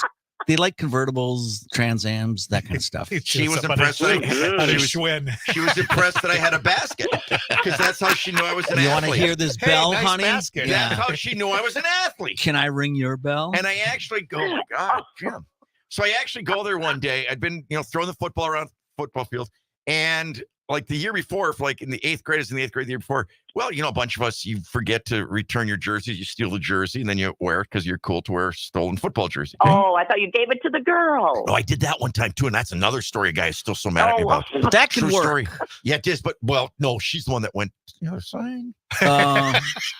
He converted did. her. But anyway, so she converted herself. The Mr. varsity John. football coach, I saw him driving down the highway. All of a sudden, I see his brake lights come on. Oh, and it's like, oh no. And I see him do a U-turn. And he just speeds right into the A&W, parks, doesn't even get out of his car, parks. Maino, do you know where I live? Yes, coach. I want that jersey on my porch within half an hour or I will come to your house. It's like, okay, coach. And here it was in front of everybody and all the cute girls and stuff like that. It's like, oh. So did you take it off and show them the sheen? I took it off right away. I said, hey, ladies, I've been holding back on this. It's your lucky day. Thank you, Coach. Yeah. Damn It worked out perfect. You better believe it. All right. We got work to Terry do. Barr, we love having Thanks, you Terry. on here. You're always so much fun. Oh, for some reason, I love you guys. You're the best. Keep it rocking. Haven't figured out why yet, but yeah. Thank you, Terry, and all of our guests today. Grant Soletsky, who was phenomenal from the 32nd Division National Guard. Rochelle Jordan from Dominion Title. She was great filling in for the Malcors today. Right. Jesse Indiana. Funk, the airport, and of course, Terry Barr, Slice, Wisconsin from Civic Media. Fun day, Todd. Thanks for everything you do. Mine on the Mayor, back in tomorrow morning. See ya.